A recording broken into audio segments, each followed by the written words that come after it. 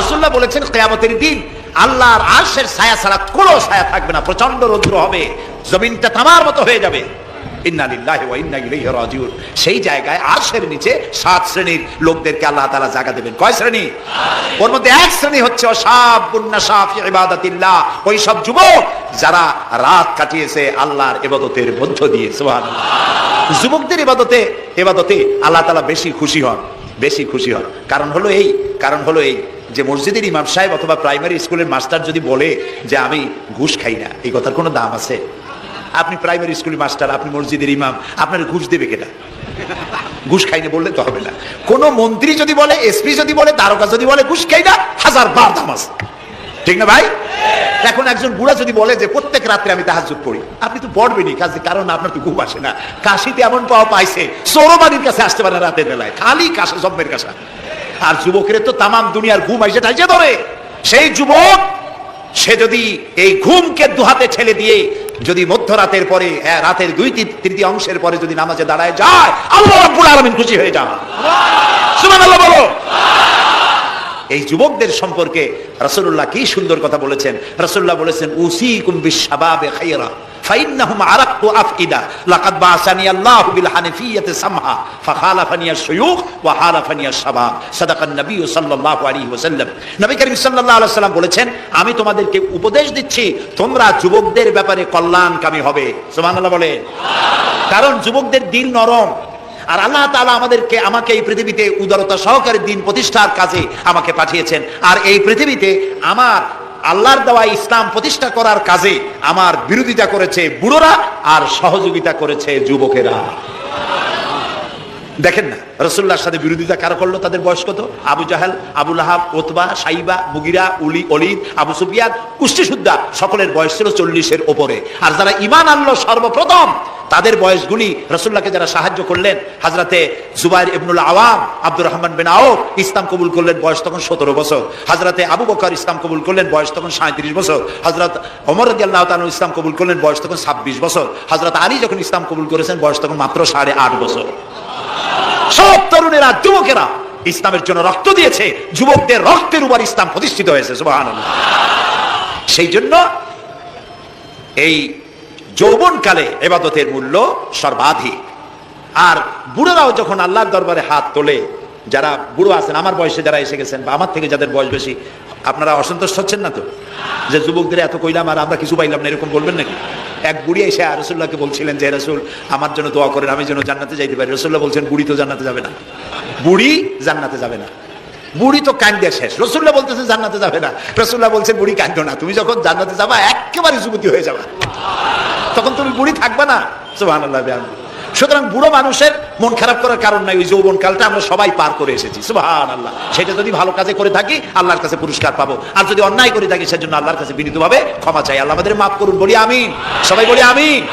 যুবক ভাইয়েরা আর বৃদ্ধদেরকে এখন আরেকটি কথা বলতে চাই, সেটা হলো বুড়োরা যদি আল্লাহর কাছে যখন হাত তোলে, আল্লাহ তাআলা বলেছেন হে রাসূল ইসলামের মধ্যে থেকে যে চুল দাড়ি পাকাইছে, ইসলামের মধ্যে থেকে দাড়ি চুল পাকাই ফেলেছে, এই অবস্থায় আমার কাছে যদি হাত তোলে আর কাঁদতে থাকে, এই বুড়োটারে আমি খালি হাতে ফেরত দিতে আমার শরম করে। আমি কেমনে এই বুড়োটারে খালি হাতে ফিরাই? একবার হযরত ওমর রাদিয়াল্লাহু তাআলা নবী করিম সাল্লাল্লাহু আলাইহি ওয়াসাল্লামের ঘরে প্রবেশ করে দেখছেন তিনি কাঁদছেন। হযরত ওমর জিজ্ঞেস করলেন ইয়া রাসূলুল্লাহ আপনি কাঁদছেন কেন? তিনি বললেন এইমাত্র জিবরিল এসেছিল, জিবরিল এসে আমারে বলে গেল যে আপনার উম্মতের মধ্যে যেই সব লোক ইসলামের মধ্যে থেকে দাড়ি চুল পাকিয়েছে, কিয়ামতের দিন আল্লাহ তাআলা ওই সব বুড়া বুড়িদেরকে শাস্তি দিতে লজ্জাবোধ করবেন। হযরত ওমর বলেন ইয়া রাসূলুল্লাহ এ তো আপনার উম্মতের জন্য শুভ সংবাদ, আপনি কাঁদেন কেন? আল্লাহর নবী বলেন হে ওমর আমার কান্নার কারণ ভিন্ন, আমার কান্নার কারণ হচ্ছে আমার লজ্জা করে, আমার লজ্জার অনুভূতিতে আঘাত লাগে এই ব্যাপারে যখন আমি চিন্তা করি যে আল্লাহ রাব্বুল আলামিন যেই বুড়াদেরকে কিয়ামতের দিন শাস্তি দিতে লজ্জা বোধ করবেন, সেই বৃদ্ধ মানুষগুলো আল্লাহর সাথে নাফরমানি করতে লজ্জা বোধ করে না। এই জন্য এই দুঃখে এই লজ্জা আমি কান্দি। বয়সের একটা সীমা থাকা উচিত যে আপনি কোন পর্যন্ত পাপ করবেন। বুড়া হয়ে গেছে তারপরে মদ খায়, তারপরে জেনা, ব্যভিচার, শয়তানি, বদমাশি, দাঁড়িয়ে এগুলি কি? দাড়ি চুল পাকা এগুলি কি? এগুলি আগে পাকতো না কারো। পৃথিবীতে সর্বপ্রথম দাড়ি আর চুল পেকেছে হযরত ইব্রাহিম আলাইহিস সালামের, এর আগে কারো দাড়ি চুল পাকে নাই। ইব্রাহিম আলাইহিস সালাম প্রশ্ন করলেন আল্লাহর কাছে যে আল্লাহ তাআলা এটা কি হলো আমার? আল্লাহ তাআলা বললেন এটা হচ্ছে ওয়াকার, এটা মর্যাদা, তোমার সম্মানকে বাড়িয়ে দেওয়া হলো। তো দাড়ি চুল পাকলে সম্মান বাড়ে। এই দাড়ি চুল পাকলো, এগুলি সিগন্যাল, সংকেত। দাড়ি পাকছে, সংকেত দেওয়া হলো তুমি কিন্তু বয়সের প্রান্তে এসেছো। চোখে কম দেখো, আর একটা সিগন্যাল, মৌতের আর একটা সিগন্যাল। খাইয়া হজম করতে পারো না, আর একটা সিগন্যাল। তুমি ঘুমাইতে পারো না, রাতের বেলা ঘুম আসে না, আর একটা সিগন্যাল। দাঁড়াতে পারো না, কোমর ব্যথা করে, আর একটা সিগন্যাল। একটার পর একটা সিগন্যাল আসতেছে, 1 নম্বর, 2 নম্বর, ডেঞ্জার সিগন্যাল নাম্বার 10। তারপরে হুঁশ হয় না মানুষের। নাউযুবিল্লাহি মিন যালিক। আল্লাহ তাআলা আমাদের হুঁশে আসার তৌফিক দান করুন, আমরা বলি আমিন। আল্লাহ রাব্বুল আলামিন পরীক্ষার জন্য আমাদেরকে এই ময়দানে ছেড়ে দিয়েছেন। প্রশ্ন কি হবে আল্লাহ সব বলে দিয়েছেন। প্রশ্ন কি হবে? তোমার যৌবন, এ ব্যাপারে প্রশ্ন করা হবে। কোন পথে ইনকাম করেছো প্রশ্ন করা হবে। কোন পথে খরচ করেছো প্রশ্ন করা হবে। দ্বীনের ইলম যতটুকু হাসিল করেছিলে তার কতটুকু নিজে পালন করেছো, আর দ্বীনের দাওয়াত কতটুকু মানুষের কাছে পৌঁছায়ছো, প্রত্যেকটির ব্যাপারে কিয়ামতে আল্লাহর কাছে জবাব দিতে হবে। এই জন্য কবি বলছেন, আমল সে জিंदगी बनती है ये जन्नत भी व जहन्नम भी ये खाकी अपनी फितरत है ना नारी ना नूरी। মানুষের জীবন আমল দিয়ে গঠন হয়, আমল দিয়ে জীবন গড়ে। নইলে এই মাটির তৈরি দেহ জান্নাত আর জাহান্নামের কিছু দিয়ে তৈরি হয় নাই। আপনি ইচ্ছে করলে দেহটাকে জাহান্নামের জন্য উপযোগী করতে পারেন, ইচ্ছে করলে এই দেহটাকে জান্নাতের জন্য উপযোগী করতে পারেন। এটি আপনার ইখতিয়ারে আল্লাহ দিয়েছেন। আপনাকে বাধ্য করা হয় নাই যে সেজদা না দিলে ফেরেশতা এসে ঘাড়ের উপরে পিটাবে, সুদ ঘুষ জেনা করলে বলে ঠ্যাং পিটায় ভেঙে দেওয়া হবে না। আপনি বাধ্য নন। আপনি সম্মানিত জীব, আল্লাহ সম্মানিত প্রাণী আল্লাহ পাকের। সেই জন্য মানুষকে বাধ্য করা হয় নাই। অটোনোমাস বডি, অটোনমি দেওয়া হয়েছে। আপনাকে স্বাধিকার দেওয়া হয়েছে। চন্দ্র সূর্যের ব্যাপারে স্বাধিকার দেওয়া হয় নাই। রাত এখন 7:35, সূর্যের বাপেরও ক্ষমতা নাই বাংলাদেশে এখন উঁকি মারে, ঠিক কিনা? সে এখন আমেরিকায় রোদ দিচ্ছে, তাপ দিচ্ছে আমেরিকায়। ওকে নির্ধারণ করা হয়েছে যেভাবে, সেইভাবেই করতে হবে। পানি বলেন, পাহাড় বলেন, পাখি বলেন, চন্দ্র বলেন, গ্রহ বলেন, নক্ষত্র বলেন, সব জিনিস বাই হু ক্যান করু আল্লাহর হুকুম মানতে বাধ্য। আল্লাহর দেওয়া জীবন ব্যবস্থা ছেড়ে দিয়ে তোমরা কি অন্য কোনো মতবাদ তালাশ করো? ওয়ালাহু আসলামা মান ফিস সামাওয়াতি ওয়াল আরদ। অথচ আকাশে যা আছে, জমিনে যা আছে, সব আনুগত্যের মস্তক আমার সামনে অবনত করে দিয়েছে। সুবহানাল্লাহ। মানুষকে আল্লাহ পাক ইখতিয়ার দিয়েছেন। ইচ্ছে করলে মাহফিলে আসতে পারেন, ইচ্ছে করলে সিনেমায় ঢুকতে পারবেন, অসুবিধা নেই। অসুবিধার জন্য কিয়ামত, ওখানে হিসাব হবে। এখানে আপনি সূর্য, চন্দ্র, ফেরেশতা, ফেরেশতারও কোনো মাজাল নাই, কোনো ইখতিয়ার নাই আল্লাহর হুকুমের বাইরে কিছু করে। আল্লাহ যা করতে বলেছেন তাই করতে হবে, এর বাইরে এক চুলও নড়তে পারবে না। কিন্তু মানুষেরা করতে পারবে। মানুষ ইচ্ছে করলে নামাজ রোজা ছাড়তে পারে, ইচ্ছে করলে আল্লাহর অমান্য করতে পারে। এটা তার বিচারের জায়গা না, এটা হলো পরীক্ষার জায়গা। এটা কিসের জায়গা? পরীক্ষার জায়গা। এখানে আপনি কামাই করলে ওখানে কিছু পাবেন, এখানে কামাই না করলে কিছু পাবেন না। আরো সোজা করে বলি, কোন কৃষক, যে কৃষক আষাঢ় মাসে, শ্রাবণ মাসে জমিন চাষ করে না, পৌষ মাসে তার গোলায় ধান আসবে? কথা বোঝেন নাকি বুঝেন না? পৌষ মাসে গোলায় ধান আসবে? কোনো পাগলও বলবে না যে তুমি তো চাষই করো নাই, তুমি জমিনে, তোমার জমিনের ফসল তোমার ঘরে আসবে কেন? কাজে এই দুনিয়ায় পরীক্ষা দিলে এখানে রেজাল্ট হয়, এখানে গাছ লাগাইলে এখানে ফল দেয়। কিন্তু মানুষের জন্য আল্লাহ পাক যে আমল তৈরি করেছেন, পরীক্ষা নেবেন, সেই পরীক্ষার রেজাল্ট এখানে হবে না। পরীক্ষার রেজাল্ট আউট হবে কোথায়? আখিরাতে। বলেন সবাই, কোথায় হবে পরীক্ষার রেজাল্ট আউট হবে? কোথায়? আখিরাতে। এখানে আপনি যা কামাই করবেন এখানে রিটার্ন দেওয়া হবে না। এখানে যা কামাই করবেন সমস্ত কামাই 700 গুণ বর্ধিত আকারে কিয়ামতে আল্লাহ আপনার হাতে ধরাই দিবেন। আল্লাহর ওয়াদা কখনো মিথ্যা হয়? মিথ্যা হয় রাজনৈতিক দলের নেতারা, এই জাতীয় লোকেরা যারা মঞ্চে আসে। তো দুনিয়ার ময়দানে আপনি যা কামাই করবেন এখানে রেজাল্ট আউট হবে, এখানে আপনি পাবেন ফল, এখানে পাবেন। যা করবেন এখানে গাছ লাগাবেন, ফল লাগাবেন, এখানে পাবেন। আর আল্লাহর জন্য যেটা করবেন সেটার ফল, সেটা রেজাল্ট কিয়ামতে বাইরে হবে। সুবহানাল্লাহ। এখানে পরীক্ষা দিয়ে যদি কেউ ফেল করে, ম্যাট্রিক পরীক্ষা দিয়ে ফেল করেছে, ফাজেল পরীক্ষা দিয়ে ফেল করেছে, আবার পরীক্ষা দিয়ে পাস করার সুযোগ আছে, আবারও ফেল করেছে, আবারও পরীক্ষা দিয়ে পাস করার সুযোগ আছে।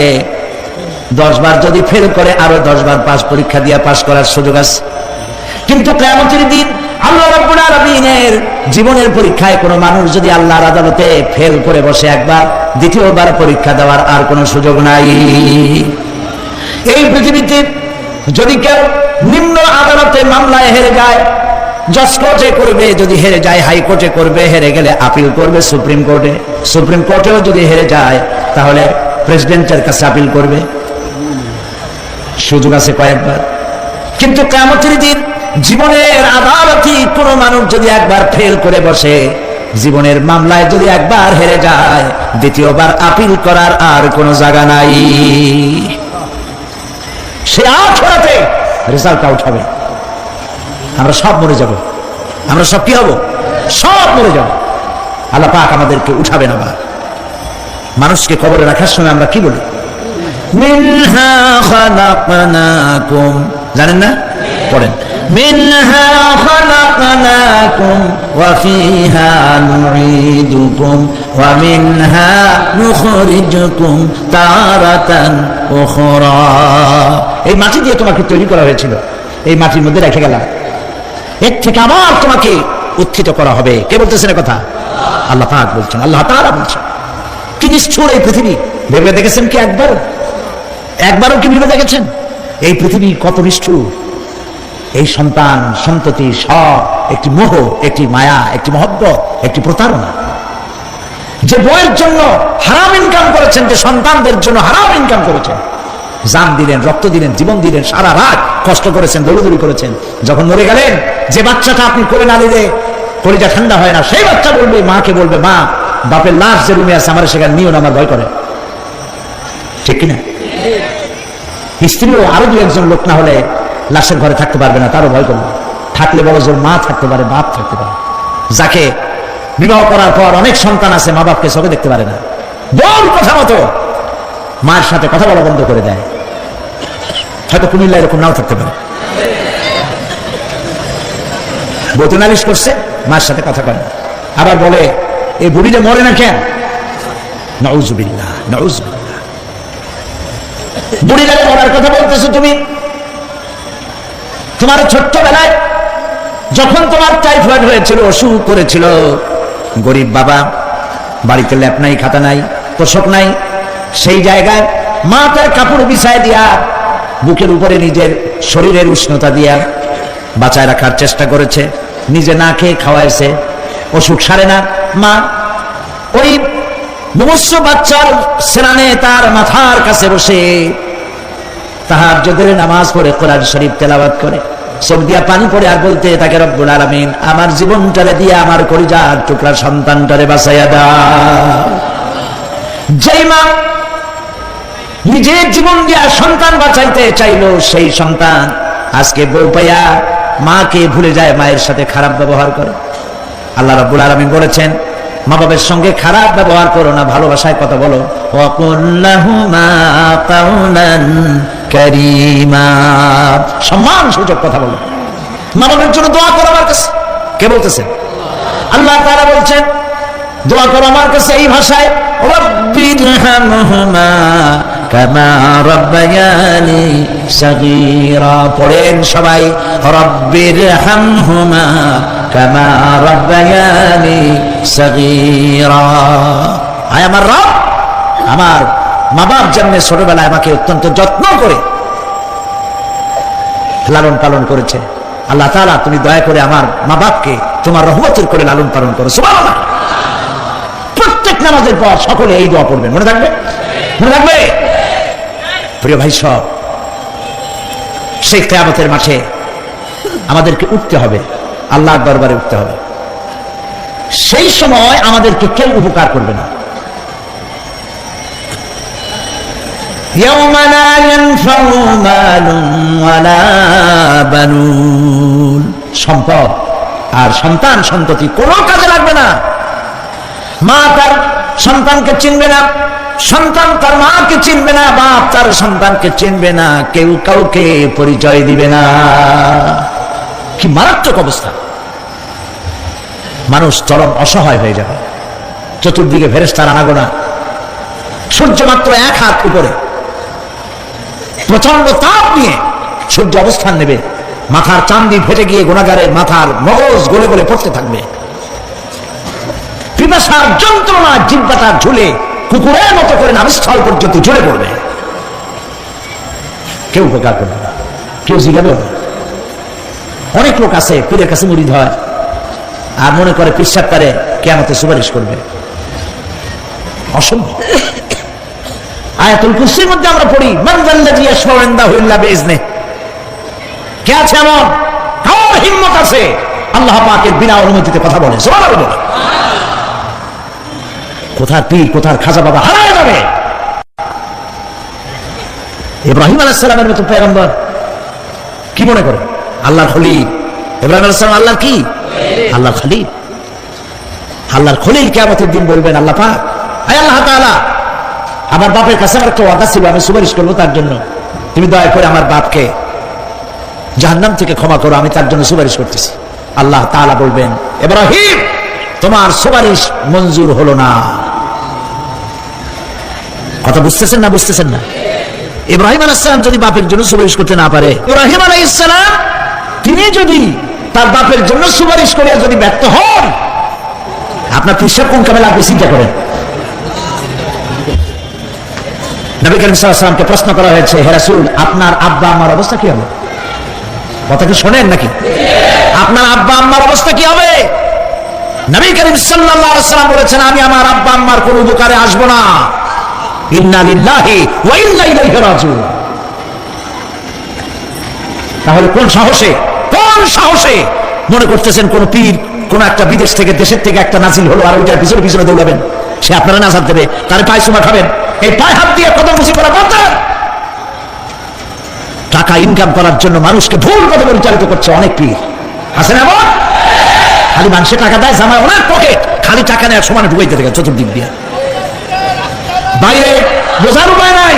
কিন্তু অনেক পীর আছে এমন, ঢাকা শহরে বড় বড় মার্কেটের মালিক, আমি জানি বড় বড় মার্কেটের মালিক, বিরাট ব্যবসায়ী, জামা পরিষ্কার করে না 2 মাসে, মানুষকে দেখাবার জন্য গামছা একটা নাকের কাছে ধরে ফট ফট করে আওয়াজ করে, মনে হয় যেন কামতেছে। আজ বিশাল প্রচন্ড হাবিজাবি জিকির শিখায়, লা ইলাহা কতক্ষণ, ইল্লাল্লাহ কতক্ষণ, আল্লাহ আল্লাহ কতক্ষণ, কোথায় পাইছো? ইল্লাল্লাহ ইল্লাল্লাহ কিসের জিকির? ইল্লাল্লাহ মানে কি? আল্লাহ ছাড়া, আল্লাহ ছাড়া, আল্লাহ ছাড়া, আল্লাহ ছাড়া কি? কাজী রাসূলুল্লাহ যা করেন এগুলি বেদাত, এই সব পীরের কাছে যাবেন না, মনে থাকবে।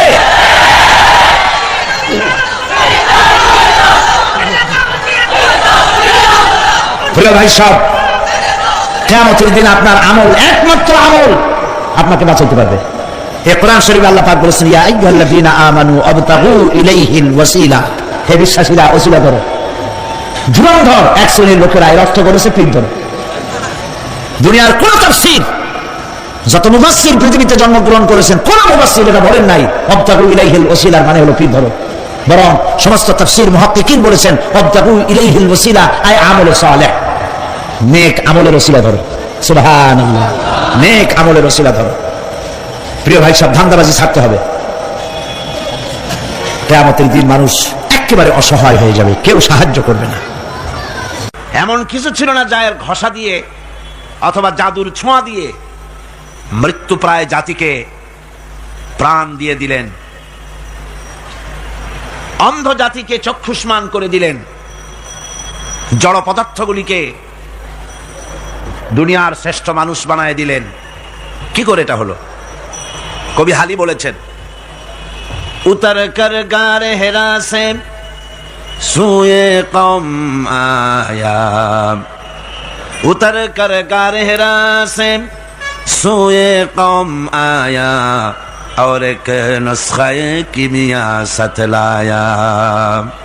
হেরা পাহাড় থেকে নেমে এলেন সরওয়ারে দো আলম সাল্লাল্লাহু আলাইহি ওয়াসাল্লাম, হাতে নিয়ে আসলেন একটা পরশ পাথর, কিমিয়া, এমন পরশ পাথর নিয়ে এলেন যার ছোঁয়া লেগে, যার স্পর্শ লেগে লোহাগুলি সোনা হয়ে গেল। সুবহানাল্লাহ পড়েন, সুবহানাল্লাহ পড়েন। পরশ পাথরের খাসিয়ত হচ্ছে, পরশ পাথর যদি লোহায় লাগে, লোহা কি হয়ে যায়? স্বর্ণ হয়ে যায়। কত বড় জাহিল হলে পরে আল্লাহ নবী হত্যা করতে আসতে পারে। হযরত ওমর এলেন নবীকে হত্যা করার জন্য। সেই হযরতে ওমর এই ওহির জ্ঞানের সংস্পর্শে আসার সাথে সাথে আল্লাহ পাক তার মর্যাদা এত বাড়ালেন, নবীজি বললেন, আমার পরে তো কেউ নবী হবে না, যদি কেউ হতো অবশ্যই ওমর নবী হয়ে যেতেন। সুবহানাল্লাহ ওয়া বিহামদিহি। হযরত ওমরকে অধপতনের অতল তলদেশ থেকে মানবতার শীর্ষে, চরিত্রের শীর্ষে কে পৌঁছে দিল? এই ওহীর জ্ঞান এর পেছনে কাজ করেছিল, এ কোরআন কাজ করেছিল। বন্ধুগণ, আজ পৃথিবীর মানুষেরা কলেজে, বিশ্ববিদ্যালয়, মাদ্রাসায় সিলেবাসের অনেক বই পড়ে। সিলেবাসের এত বই পড়ার পর চরিত্র কি হল? মানুষকে কি দিতে পারলো? আপনারা আমাকে বলেন, বর্তমান শিক্ষা ব্যবস্থা, কলেজগুলি, বিশ্ববিদ্যালয়গুলি, পৃথিবীর যে কোনো বিশ্ববিদ্যালয়গুলি পৃথিবীর মানুষকে কি দিল? অধিকাংশ ক্ষেত্রে জনগণকে উপহার দিয়েছে সন্ত্রাস, দিয়েছে হাইজ্যাক, দিয়েছে লুটেরা, দিয়েছে ডাকাত, দিয়েছে জেনাকার, দিয়েছে মদখোর।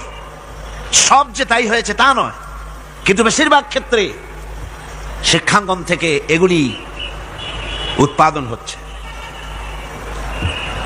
আর সাহাবায়ে কেরাম রিদওয়ানুল্লাহ তাআলা আলাইহিম আজমাইন, তাদের সিলেবাসে মাত্র কিতাব ছিল 2খানা। তাদের সিলেবাসে কিতাব ছিল কয়খান? মাত্র 2খানা কিতাব। এই 2খানা কিতাবের, সিলেবাসের 2খানা কিতাব দিয়ে বিশ্বের শ্রেষ্ঠ মানুষে তারা পরিণত হয়েছিলেন। তার একখানা ছিল কিতাবুল্লাহ, আল্লাহর কোরআন, আর একখানা ছিল কি? হাদিস, রাসূলের সুন্নাহ। সিলেবাসের মাত্র 2খানা কিতাব পড়ার পর এই জাতির চরিত্র কোথা থেকে কোথায় চলে গেল। যারা ছিল চোর ডাকাত, তারা সম্পদের পাহারাদার হলো। যারা ছিল নারীর সতীত্বের জম, তারা নারীর সতীত্বের পাহারাদার হলো। যারা মানুষের রক্ত মাংস নিয়ে খেলা করত, তারা জনগণের রক্ত এবং সম্পদ, ইজ্জতের, নিরাপত্তার মুহাফেজ হয়ে গেল। এই যে বিরাট পরিবর্তন আসলো, এই পরিবর্তন আনয়নের পেছনে সবচাইতে বড় ভূমিকা ছিল কোরআনে। সবচাইতে বড় ভূমিকা কার? আল্লাহ রাব্বুল আলামিন বলেছেন, আলিফ লাম রা, কিতাবুন আনজালনাহু ইলাইকা লিতুখরিজান নাসা মিনাজ যুলুমাতি ইলান নূর। আলিফ লাম রা, কিতাবুন আনজালনাহু ইলাইকা, হে নবী, আমি আপনার প্রতি একখানা কিতাব অবতীর্ণ করলাম। এটা এমন একখানা কিতাব যা দিয়ে আপনি লিতুখরিজান নাসা মিনাজ যুলুমাতি ইলান নূর, মানব মণ্ডলীকে অন্ধকার সমূহ থেকে, পঞ্জীভূত জমাট বাঁধা অন্ধকার সমূহ থেকে মানুষগুলিকে আলোর দিকে নিয়ে আসবেন। এই জন্য কোরআন দিলাম। কোরআন এসেছে মানুষকে অন্ধকার থেকে আলোর দিকে টেনে আনার জন্য। অন্ধকার সমূহ, এর অর্থ হচ্ছে পৃথিবীতে মানুষের তৈরি করা যত মতবাদ আছে সব হলো অন্ধকার, আর আলো হচ্ছে ইসলাম। আলো কি? সবাই বলেন, আলো কি? ইসলাম। রাসূল করিম সাল্লাল্লাহু আলাইহি সাল্লাম এই কোরআন দিয়েই মৃত্যুপ্রায় জাতিটাকে পৃথিবীর শ্রেষ্ঠ জাত বানায় দিলেন। তার মধ্যে যে জিনিসটি তিনি সৃষ্টি করেছিলেন, যার মাধ্যমে জাতির এই উন্নতি হলো, অগ্রগতি হলো, সেটা হলো ঈমান। সে জিনিসটা কি ছিল? আরো জোরে বলেন, সেটা কি ছিল? ঈমান, বিশ্বাস। এই বিশ্বাস, এই ঈমান, এটার মূল্যই সবচাইতে বেশি। আপনি কতবার সেজদা করলেন, কতবার পূর্ব পশ্চিমে মুখ ঘুরালেন, এটাই কিন্তু মূল কথা নয়। গত দুদিন এ কথাই আপনাদের সামনে আলোচনা করা হয়েছে। আজকে বাকি কথাগুলি বলবো ইনশাআল্লাহ। সবাই বলেন ইনশাআল্লাহ। একটু জোরে সোরে জিকির করেন, লা ইলাহা ইল্লাল্লাহ, লা ইলাহা। গত 2 দিন আমরা আলোচনা করতেছিলাম যে বিষয়ের উপরে, সে বিষয়টা ছিল এই, আল্লাহ পাক বলছেন, লাইসাল বিররা আন তুওয়াল্লু ওয়ুজুহাকুম কিবালাল মাশরিকি ওয়াল মাগরিব ওয়ালাকিন্নাল বিররা মান আমানা বিল্লাহি ওয়াল ইয়াউমিল আখিরি ওয়াল মালাইকাতি ওয়াল কিতাবি ওয়ান নাবিয়্যিন। লাইসাল বিররা আন তুওয়াল্লু বুজুহাকুম, পূর্ব পশ্চিমে মুখ ঘোরানো, তোমাদের চেহারাটা পূর্ব পশ্চিমে ঘোরানো, এটাই প্রকৃতপক্ষের কোনো কল্যাণমূলক কাজ নয়। আসল নেক কাজ হচ্ছে মান আমানা বিল্লাহ, যে ব্যক্তি আল্লাহর প্রতি ঈমান এনেছে। এই ঈমান বিল্লাহর উপরেই আমরা কথা বলতেছিলাম আপনাদের সামনে। প্রথম দিন আলোচনা করেছিলাম ঈমানের পরিচয়, মনে আছে আপনাদের? মনে নাই? প্রথম দিন আলোচনা করেছিলাম ঈমানের পরিচয়। আর গতকাল কি করেছি? ঈমানের গুরুত্ব। গতকাল করেছি ঈমানের গুরুত্ব। আজকের আলোচনা করব ওই একই বিষয়, ঈমান বিল্লাহর উপরে, একই বিষয়ের উপরে। আজকের বিষয় হচ্ছে ঈমানের উপকারিতা, ঈমান বিল্লাহর উপকারিতা। আল্লাহর উপরে ঈমান আনলে পরে উপকারটা কি হয়, এই কথাগুলি আজকে আলোচনা করব ইনশাআল্লাহ। সবাই বলেন ইনশাআল্লাহ। আমা তৌফিকি ইল্লা বিল্লাহ, সুবহানাকা লা ইলমা লানা ইল্লা মা আল্লামতানা। এই পৃথিবীতে মানুষ কোন সময় নিজেকে অনেক বড় মনে করে, আবার কোন সময় নিজেকে অত্যন্ত হীন নীচ মনে করে। যখন নিজেকে বড় মনে করে তখন তো কেউ কেউ বলেই বসে আনা রাব্বুকুমুল আলা, মান আশাদ্দু মিন্না কুওয়া, আমার চাইতে শক্তি আর কার আছে, আমার চাইতে শক্তিশালী আর কে হতে পারে, আর আমি হচ্ছি তোমাদের বড় প্রভু, এরকম বলে। আবার কখনো নিচে নামতে নামতে এত নিচে নামে, গাছ পাথর সাপ সিংহ বাঘ শিয়াল বিড়াল এগুলির সামনে মাথা নত করে। এখন এ মানুষের আসল পজিশনটা কি, মূল পজিশন কি? ঈমান তাকে পজিশন শিখায়।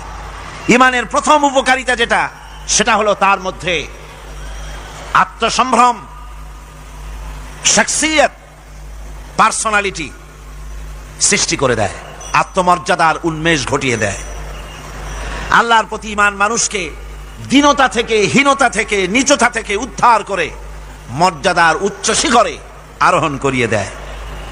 সে অন্যের নিকটে হাত পাতত, সে গাছের সামনে মাথা নত করত, সে পাথরের সামনে মাথা নত করত, সাপকে ভয় পেত, সাপকে পূজা করত। কিন্তু যখন এই মানুষটি আল্লাহর উপরে ঈমান আনলো, যখন এই মানুষ পড়ল লা ইলাহা ইল্লাল্লাহু মুহাম্মাদুর রাসূলুল্লাহ, জোরে পড়েন না, লা, মাইকটা আমার কানে আওয়াজ আসে না, কি জোরে আওয়াজ হচ্ছে, সেই জন্য আমার অসুবিধা হচ্ছে। এমন হওয়া উচিত যাতে আমি শুনতে পাই। এই কালেমা যখন পড়লো তখন সে নিজেকে চিনতে পারলো, সে বুঝতে পারলো যে আমি যাদের সামনে মাথা নত করি, যাদের সামনে আনুগত্য করি, এগুলি তো আবার আরেকজনের গোলাম। আল্লাহ রাব্বুল আলামিন কোরআনে কারীমের মধ্যে বলেছেন ইয়াবতাগুনা ইলা রাব্বিহিমুল ওয়াসিলা। আল্লাহ পাক বলেন, যারা নাকি মানুষগুলি যার সামনে মাথা নত করে, যাদেরকে প্রভু বলে, দেবতা বলে, উচ্চ শক্তি সম্পন্ন মনে করে, যাদের পেছনে ঘুরে যাদের কাছে হাত পাতে, তারাই তো আবার আল্লাহর কাছে যাওয়ার জন্য ওসিলা তালাশ করে। সুতরাং তার ভুল ভেঙে যায়। সে তখন দেখতে পায়, সে তখন বুঝতে পারে যে একজন এমন শক্তি আছে, একমাত্র তার কাছেই মাথা নত করতে হয়, আর কারো কাছে করা যায় না।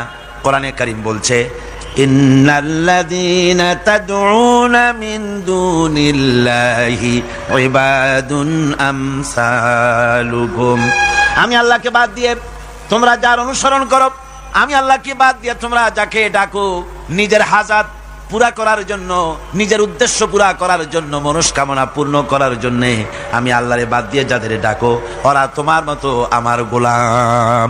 তুমি যেমন আমার গোলাম, ওটাও আমার গোলাম। তুমি সূর্যের পূজা করো, সূর্য তো আমার গোলাম।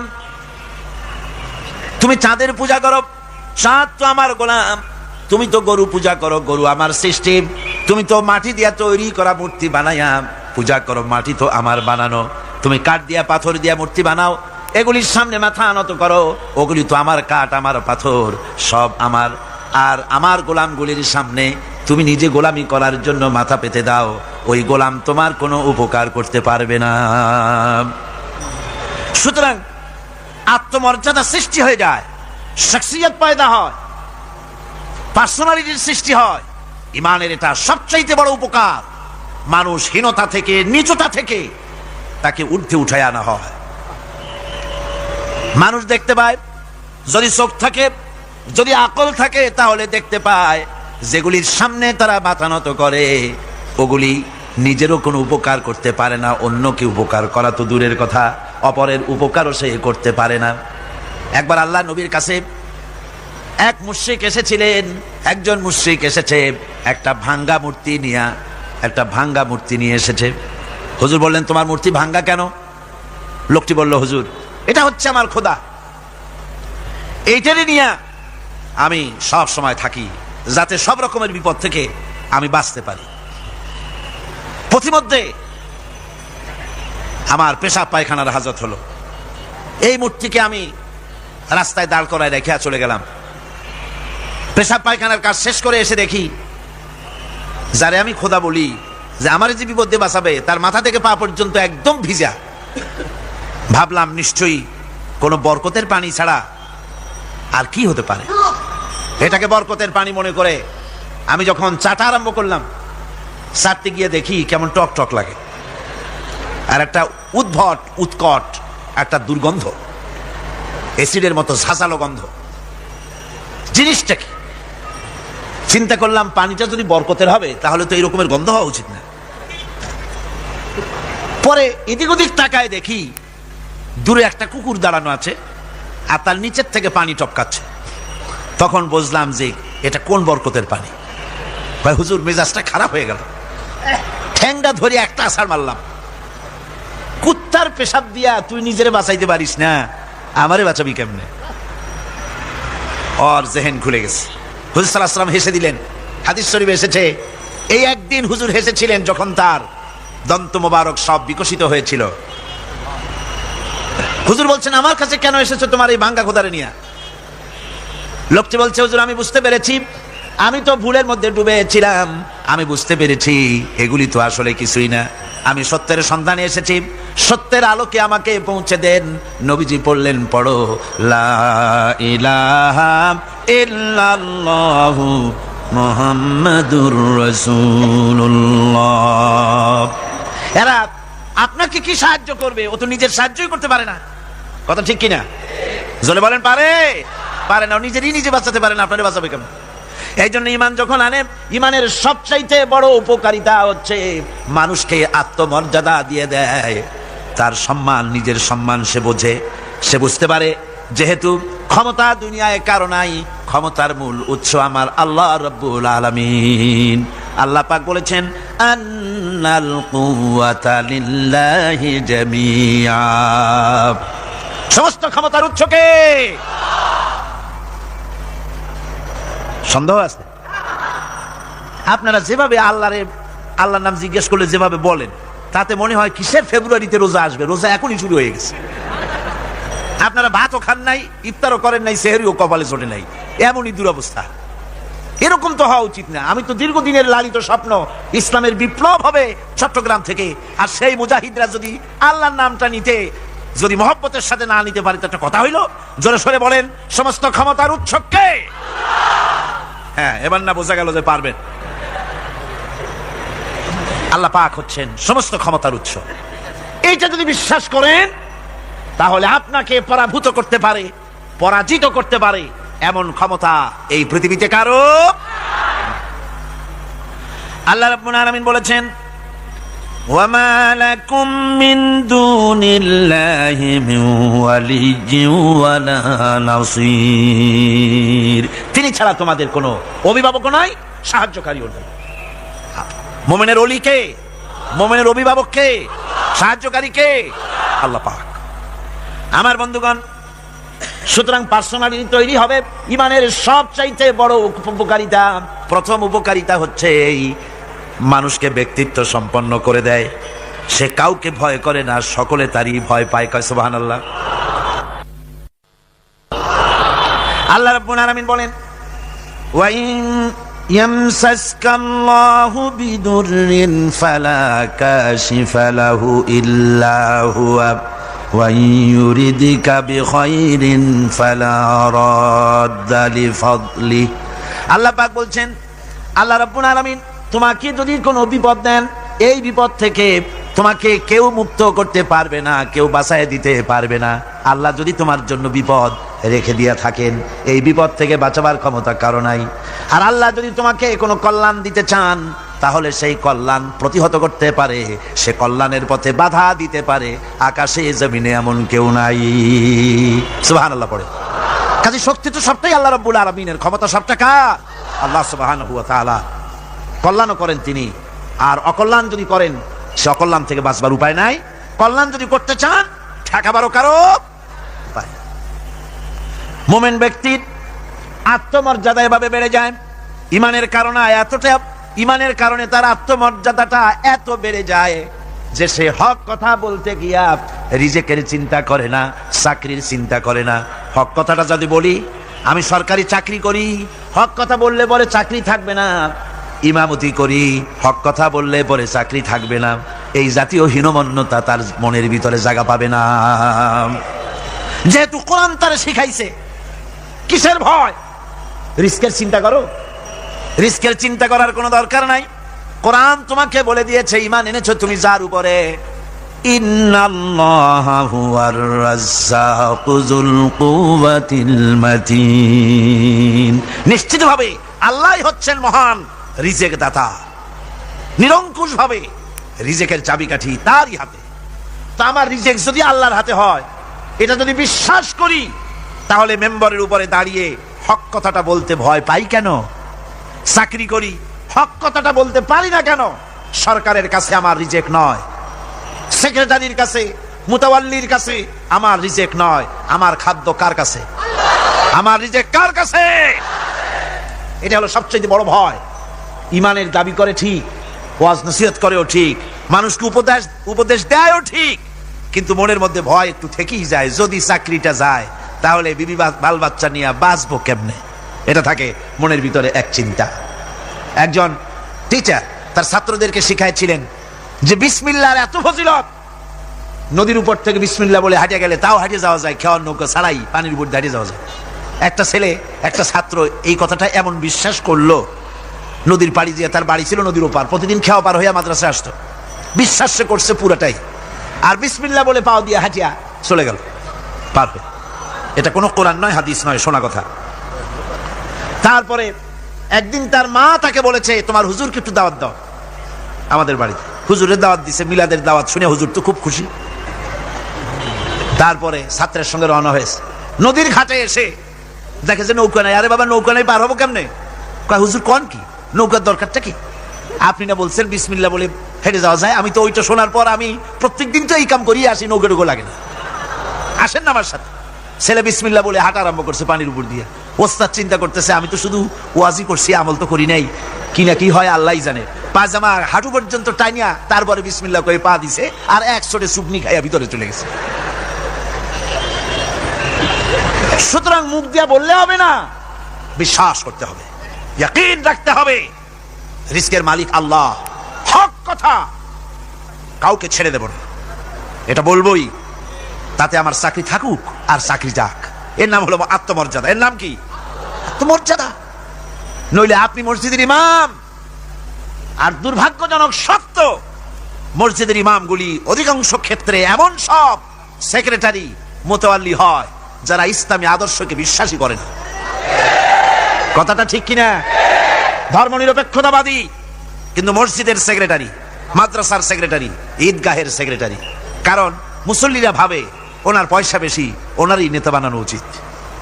অথচ কোরআন নিষেধ করেছে এমন কোন লোক মসজিদের মুতাওয়াল্লি সেক্রেটারি হতে পারে না যে ব্যক্তি আল্লাহর পথে পরিচালিত নয়, যে আল্লাহকে মানুষের চাইতে বেশি ভয় না করে, যে ব্যক্তির ভিতরে দিন নাই, ঈমান নাই, ইসলামী আদর্শ নাই, শুধু পয়সার বিনিময় সেক্রেটারি মেম্বার মুতাওয়াল্লি হয়ে বসে আছে, আর ইমাম ভয়ের স্বরে কথা বলে না। আছেন এমন? আচ্ছা, হক কথা মাদ্রাসা, মসজিদ, ওয়াজ মাহফিল, চাকরির জায়গা, কোর্টে, কাছারিতে, আদালতে, সর্বত্র মুমিন ব্যক্তি বলতে পারবে তখন, যখন ঈমান বিল্লাহ পোক্ত হবে, আল্লাহর প্রতি ঈমানটা যখন পোক্ত হবে, তখন সে বুঝবে এ চাকরি আমার পায়ের গোলাম।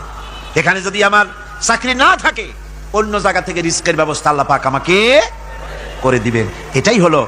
এটাই হচ্ছে ঈমান বিল্লাহর প্রথম উপকারিতা। পয়লা নম্বরের উপকারিতা, মানুষকে পার্সোনালিটি সৃষ্টি হয়ে যায়, তার মধ্যে শক্তি আসে, ঈমানি মজবুতি আসে, তার মধ্যে শখসিয়ত আসে, তার মধ্যে ব্যক্তিত্ব আসে, আত্মমর্যাদা আসে, আত্মসম্ভ্রম সৃষ্টি হয়। এটা হলো পয়লা নম্বরের উপকার। ঈমান আনার জন্য আল্লাহর প্রতি মানুষ ঈমান আনলে পরে 2 নম্বরের যে উপকারটা হয় সেটা হলো মানুষের ভিতর থেকে অহংকার দূর হয়ে যায়। অহংকার থাকে না। যে ব্যক্তি ঈমান বিল্লাহ যার ভিতরে ঢুকে যায়, আল্লাহর ঈমান পরিপূর্ণরূপে এসে যদি যায়, তাহলে তার ভিতরে অহংকার থাকে না। কেন থাকে না?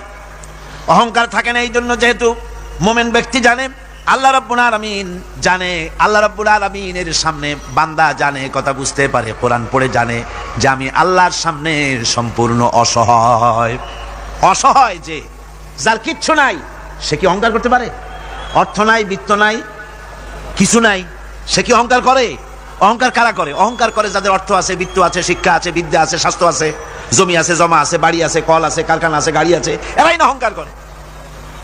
কিন্তু ঈমান বিল্লাহ যখন আসি, তখন সে বুঝতে পারে আমার শক্তি কোনো শক্তি নয়, ওয়া হুয়াল কাহিরু ফাওকা ইবাদি। সমস্ত আল্লাহ রাব্বুল আলামিন বলছেন সমস্ত বান্দার উপরে কর্তৃত্ব হচ্ছে আল্লাহ পাকের। আল্লাহর কর্তৃত্ব থেকে বেরিয়ে আসার ক্ষমতা কারো নাই। সবচাইতে শ্রেষ্ঠ শক্তি কার? আল্লাহ পাক। ওই আল্লাহ রাব্বুল আলামিন বলেছেন, চ্যালেঞ্জ করেছেন, যদি সম্ভব করতে পারো, অহংকার করতেছ, বড়াই করতেছ, যদি সম্ভব করতে পারো আমার জমিন থেকে বেরিয়ে যাও। যদি সম্ভব করতে পারো, অহংকার তো খুব করো, বাস করো আমার জমিনের উপরে, খাও আমার ফসল, জীবন আমি দিলাম, চক্ষু আমি দিলাম, আমার চোখ দিয়ে দেখো, আমার দেওয়া কান দিয়ে শোনো, আমার দেওয়া বিবেক দিয়ে চিন্তা করো, সব তো আমি দিয়েছি, তারপরেও যদি অহংকার করো, ইয়া মাশারাল জিন্নি ওয়াল ইনসি ইন ইসতাতা'তুম আন তানফুযু মিন আকতারিস সামাওয়াতি ওয়াল আরদ ফানফুযু লা তানফুযুনা ইল্লা বিসুলতান। হে পৃথিবীর মানুষেরা, হে পৃথিবীর জেনেরা, ইয়া মাশারাল জিন ওয়াল ইনস, হে পৃথিবীর মানুষ, মনুষ্য জাতি এবং জিন, যদি সম্ভব করতে পারো তাহলে আমার ইহাতা থেকে, আমার জমিন থেকে, আমার জমিনের উপর থেকে বেরিয়ে যাও। এমন দেশে যাও যেখানে আমার সূর্য নাই, যেখানে আমার চন্দ্র নাই, যেখানে আমার আলো নাই, যেখানে আমার বাতাস নাই, অক্সিজেন নাই, আমার পানি নাই, এমন কোন জায়গা যদি পাও বেরিয়ে চলে যাও। যাওয়া যাবে? আর যারা জবাব দিলেন না তারা পারবেন বুঝি? যাওয়া যাবে? আল্লাহ পাক বলছেন, ফানফুযু লা তানফুযুনা ইল্লা বিসুলতান। আমার রাজত্ব থেকে, আমার ইহাতা থেকে, আমার পরিমণ্ডল থেকে, আমার কর্তৃত্ব থেকে বেরিয়ে যাওয়ার কোনো পথ নাই। কেউ বেরিয়ে যেতে পারবে না। আকাশ দিয়ে, জমিন দিয়ে পরিবেষ্টন করে রেখেছি, পালাবার উপায় নাই, ভাগবার জায়গা নাই। এই কথা মুমিন যখন পড়ে আস্তে করে মাথা নিচু হয়ে আসে, আমি কত দুর্বল আমার মহান আল্লাহর সামনে। সুবহানাল্লাহ। এই জন্য আমি বলি, কিসের বড়াই করবেন? কিসের বড়াই? বিদ্যার বড়াই। কতটা বিদ্যা অর্জন করেছেন? কতটুকু শিখেছেন? আপনার থেকে আরো অনেক শিক্ষাবিদ রয়েছেন, আবার তার থেকে আরো অনেক শিক্ষাবিদ রয়েছেন, কতটুকু শিখেছেন? এখনো ছাত্র, অনেক কিছু আছে যা আপনি আজও জানতে পারেন নাই।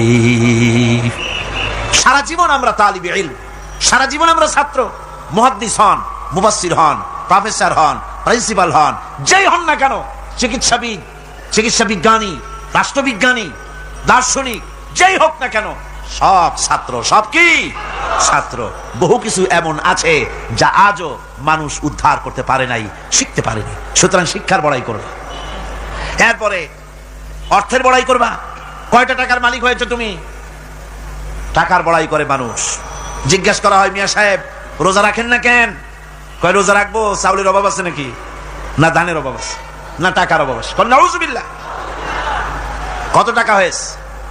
আল্লাহ রাব্বুল আলামিন যদি ইচ্ছা করেন এমন রোগ দিয়া দিতে পারেন, হার্টের ভিতরে ক্যান্সার দিয়ে দিতে পারেন, ব্রেনের ভিতরে টিউমার দিয়ে দিতে পারেন, রক্তের ভিতরে ক্যান্সার দিয়ে দিতে পারেন, হাড়ের ভিতরে ক্যান্সার ঢুকাই দিতে পারেন। এমন রোগ হয়ে যেতে পারে ডাক্তারের 14 গোষ্ঠী গুলে খেলেও রোগ ভালো হবে না। সারা জীবন যত টাকা কামাই করেছেন গোষ্ঠী বেচতেও ঔষধের পয়সা হবে না। পারবে কিনা আমার আল্লাহ? জোরে বলেন পারবেন কিনা? পারবেন, প্রচন্ড ক্ষমতা। কাজী বান্দা যখন এগুলি পড়ে মাথাটা নিচু হয়ে আসে যে ক্ষমতা তো তার, বড়াই করার কোনো উপায় নাই। আমরা কিতাবের মধ্যে পড়েছিলাম, সেই আল মুস্তাতরফ একটা কিতাব ছিল, আলেমে পড়ানো হতো। মৌলানা শামসুদ্দিন সাহেব পড়েছেন নিশ্চয়ই? জি, ওলামারা পড়েছে। সেই কিতাবে আলেম ক্লাসে পড়ানো হতো তখন আমাদেরকে একটা আরবি সাহিত্য। ওই আরবি সাহিত্যের ভিতরে পড়েছিলাম, সেখানে এক জমিদার বিবাহ করেছে, তারপরে তার নবপরিণীতা স্ত্রীকে নিয়ে খেতে বসেছে। এমন সময় এক ভিক্ষুক এসেছে। জমিদার রাগ হয়ে দরজার কাছে দিয়ে বেচারাকে ধমক দিয়ে বের করে দিয়েছে, ভিক্ষা নেওয়ার আর তুমি সময় পাও না, আমি বিয়ে করেছি, নতুন বউ নিয়ে খাইতে বসছি, বেরো এখান থেকে। গলায় ধাক্কা দিয়া ফালাইয়া তারপরে তাড়াই দিছে। বাস কয়েক বছর পর এই জমিদারের জমিদারি গেল, টাকা গেল, পয়সা গেল, সব শেষ। বউ পুষবে এমন পয়সাও নাই, বউ তার থেকে বিচ্ছিন্ন হয়ে গেল, বউকে তালাক দিয়ে দিল। দীর্ঘদিন পর এই স্ত্রী বিবাহের একটা প্রস্তাব এলো আর এক জমিদারের সাথে, আর এক এলাকার নতুন এক জমিদার হয়েছে, তার সঙ্গে বিবাহের প্রস্তাব এলো। এরপরে সেই বিয়ে হয়ে যাওয়ার পর নতুন জমিদারের সাথে এই স্ত্রী বসে খানা খেতে বসেছে প্রথম দিন। এমন সময় দরজার কাছে এক ভিখারি এসে হাজির। নতুন জমিদার বলছে, বউ আমরা তো খেতে পারবো, আমাদের খাবারের প্লেটটা আজকে প্রথম তোমাকে নিয়ে খেতে বসেছি, এই খাবারের প্লেটটা ধরেই তুমি ভিখারিকে দিয়ে আসো। বউ খাবারের প্লেটটা ভিখারির হাতে দিতে গিয়ে সেন্সলেস হয়ে পড়ে গিয়েছে, বেহুশ হয়ে পড়ে গিয়েছে। নতুন জমিদার অনেকক্ষণ অপেক্ষা করলো, বউ ফেরে না কেন, যায় দেখে বেহুশ। মুসাফির সেখানে দাঁড়ানো। কিছুক্ষণ পর বউয়ের হুশ হলো, জিজ্ঞেস করলো, হয়েছে কি, তুমি এরকম পড়ে গেল কেন? এই মুসাফিরকে দেখে বউ বলতেছে, আল্লাহর কসম, তুমি যখন আমাকে প্লেট ভরা খাবার দিয়ে পাঠাই দিলা ভিক্ষুককে দেওয়ার জন্য, যারে ভিক্ষা দিতে গেলাম, আল্লাহর কসম করে বলি এ হচ্ছে আমার সেই প্রথম স্বামী। এবার ওই জমিদার বলতেছে, তুমি যেমন কসম করে বলতেছো এই হলো তোমার প্রথম স্বামী, আমিও আমার আল্লাহর নামে কসম করে বলি আমিও সেই ভিখারি যেদিন তোমরা খেতে বসেছিলে আর আমি ভিক্ষা নিতে গিয়েছিলাম, আমাকে দরজা থেকে তাড়াই দিয়েছিলে।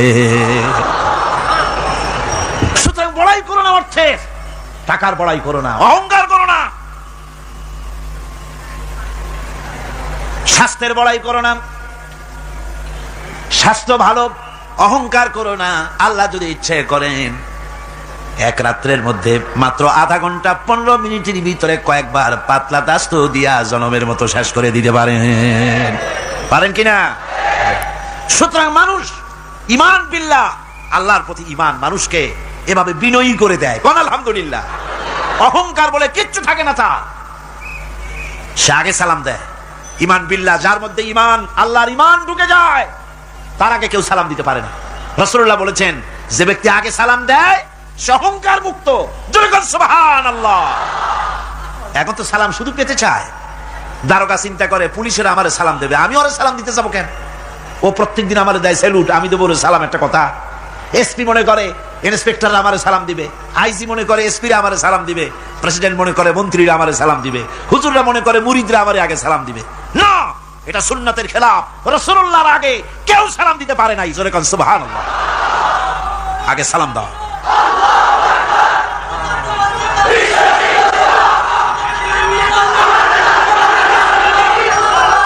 এই সালামের প্রচলন মুসলমানদের মধ্যে বেশি বেশি হওয়া উচিত। আপনারা সালামের প্রচলন চালু করে দিবেন, বেশি করে চালু করবেন। বউরে সালাম দিবেন, বউ আপনাকে দেবে। ঘরের মধ্যে ঢুকবেন, ঢুকেই বলবেন আসসালামু আলাইকুম ওয়া রাহমাতুল্লাহি ওয়া বারাকাতুহু। বাইরে থেকে গেছেন, ঘরে ঢুকেই প্রথম সালাম দেন, বউ সালামের জবাব দেবে, বউ আপনাকে দেবে। বাচ্চাদের সালাম দেন, বাচ্চারা আপনাকে দিবে। এরকম সালামের প্রচলন চালু করেন। রাসূলুল্লাহ বলেছেন, মানে একটা গাছের আড়ালে এই সালাম হলো, লোকটা গাছের আড়ালে চলে গেছে, আবার দেখা হয়েছে, আবার সালাম দেন। এখন ওই সালাম কমে গেছে, এখন সালামের পরিবর্তে অনেক কিছু হয়েছে। সালাম দেয়, তার জবাবও দেয় না। যদি বলে কেউ, গরিব মানুষ সালাম দিয়েছে বড় লোকের, আসসালামু আলাইকুম, ওয়ালাইকুম আসসালাম বলতে চায় না, একটু মাথা নাড়ে। তারপরে জিজ্ঞেস করে, স্যার কেমন আছেন? এই যাচ্ছে, কেটে যাচ্ছে। কি কেটে যাচ্ছে? তোমার কল্লা? আলহামদুলিল্লাহ বলতে পারো না? অধিকাংশ ক্ষেত্রে যদি জিজ্ঞেস করেন কেমন আছেন, এই যাচ্ছে, কেটে যাচ্ছে। আপনার যত অসুখ হোক আগে বলেন আলহামদুলিল্লাহ, তারপরে অসুখের কথা বলেন। আপনার যদি কোনো অসুবিধা থাকে আগে আলহামদুলিল্লাহ কন, তারপরে অসুখের কথা কন। হযরত সুফিয়ান সাউরি রাহমাতুল্লাহ আলাইহি, আল্লাহর একজন জবরদস্ত ওলি ছিলেন। একবার তার সামনে এক মুরিদ এসেছে, মাথায় একটা বড় রুমাল খিসা বাঁধা। জিজ্ঞেস করলেন, মিয়া তোমার এই মাথাটা এরকম বাঁধা কেন? কাজে হুজুর মাথার যন্ত্রণায় অস্থির হয়ে গেছি, সেই জন্য মাথাটা বাঁধে রাখছি।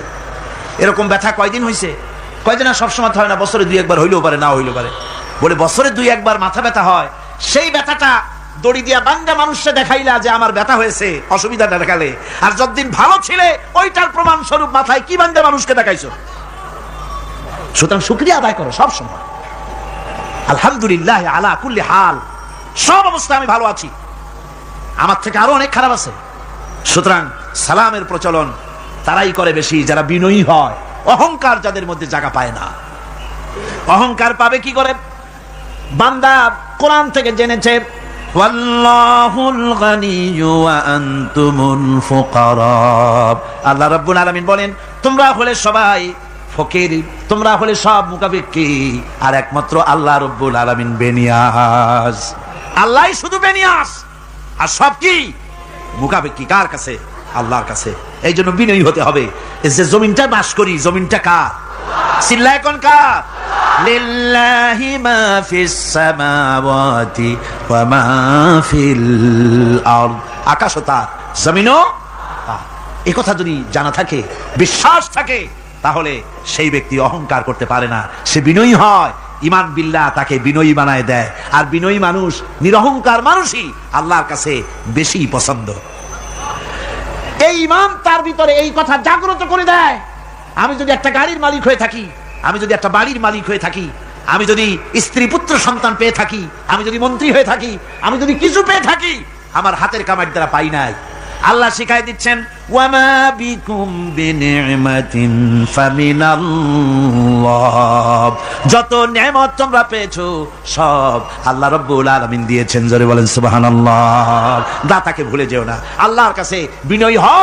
সমস্ত নিয়ামত একমাত্র তিনি দিয়েছেন। ঈমান বিল্লাহর দ্বারা মানুষের এই গুণ সৃষ্টি হয়, এই উপকার হয় মানুষের, যে সে বিনয়ী হয়ে যায়। আল্লাহ পাক কোরআনে কারীমের মধ্যে আরো বলেন, ওয়ালা তামশি ফিল আরদি মারহান ইন্নাকা লান তাখরিকাল আরদা ওয়ালান তাবলুগাল জিবালা তুলা। ওয়ালা তামশি ফিল আরদি মারহান, আমার এই জমিনের উপরে অহংকার করে হেঁটো না। আল্লাহ পাক নিষেধ করেছেন, জমিনের উপরে অহংকার করে হেঁটো না। এই জমিনের উপরে অহংকার করে হাঁটতে গিয়া তুমি পদাঘাত করে আমার জমিনটারে ফাটাই দিতে পারবে না। আবার অহংকার করে লাভ দিয়া আমার পাহাড়টার উচ্চতাও ছাড়াই যেতে পারবে না। যখন তুমি পাহাড়ের উচ্চতা ছাড়াতে পারবে না, যখন জমিনটারে লাথি মেরে ফাটাই দিতে পারবে না, তখন আবার অহংকারটা কিসের? কিসের অহংকার? নিজের দিকে তাকাও, তোমারে আমি বানাইছি কি দিয়া? তোমার পেটের মধ্যে কি? তোমার শরীরের মধ্যে কি? মলমূত্র দিয়ে পেটটা ভরা, আর দুনিয়ায় এসেছো এক ফোঁটা নাপাক পানি দিয়ে। যে নাপাক পানি ফোঁটা শরীর থেকে বেরিয়ে গেলে পরে গোসল ওয়াজিব হয়ে যায়, ফরজ হয়ে যায়। এমন একটা নাপাক পানি যার জন্মের উৎস, তার তো অহংকার করা শোভা পায় না। অহংকার করবেন কেবলমাত্র কে? চিল্লায় বলেন কে? হাদিসে কুদসির ভিতরে এসেছে, আল্লাহ পাক বলেছেন, অহংকার হচ্ছে আমার ইজার, অহংকার হচ্ছে আমার চাদর। যে ব্যক্তি অহংকার করে সেজন্য আমি আল্লাহর চাদর নিয়ে টানাটানি করে। জোরে কর নাউজুবিল্লাহ। চিল্লায় কর নাউজুবিল্লাহ।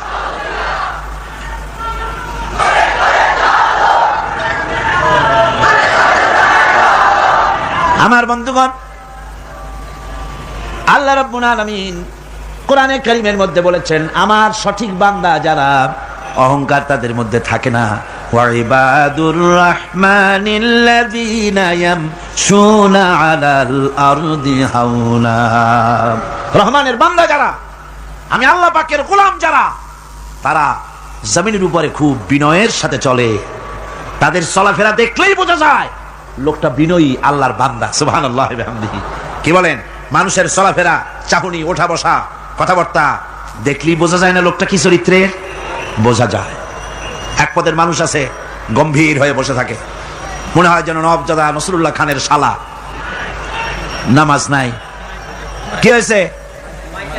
মাইক এমনি আজকে আমি নিজেও টের পাচ্ছি, আমি মাইকের আওয়াজ নিজেও পাচ্ছি না।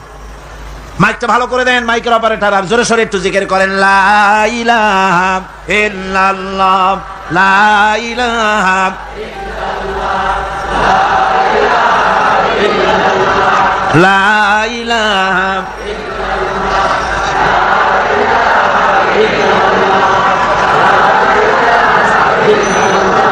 বসেন, বসুন।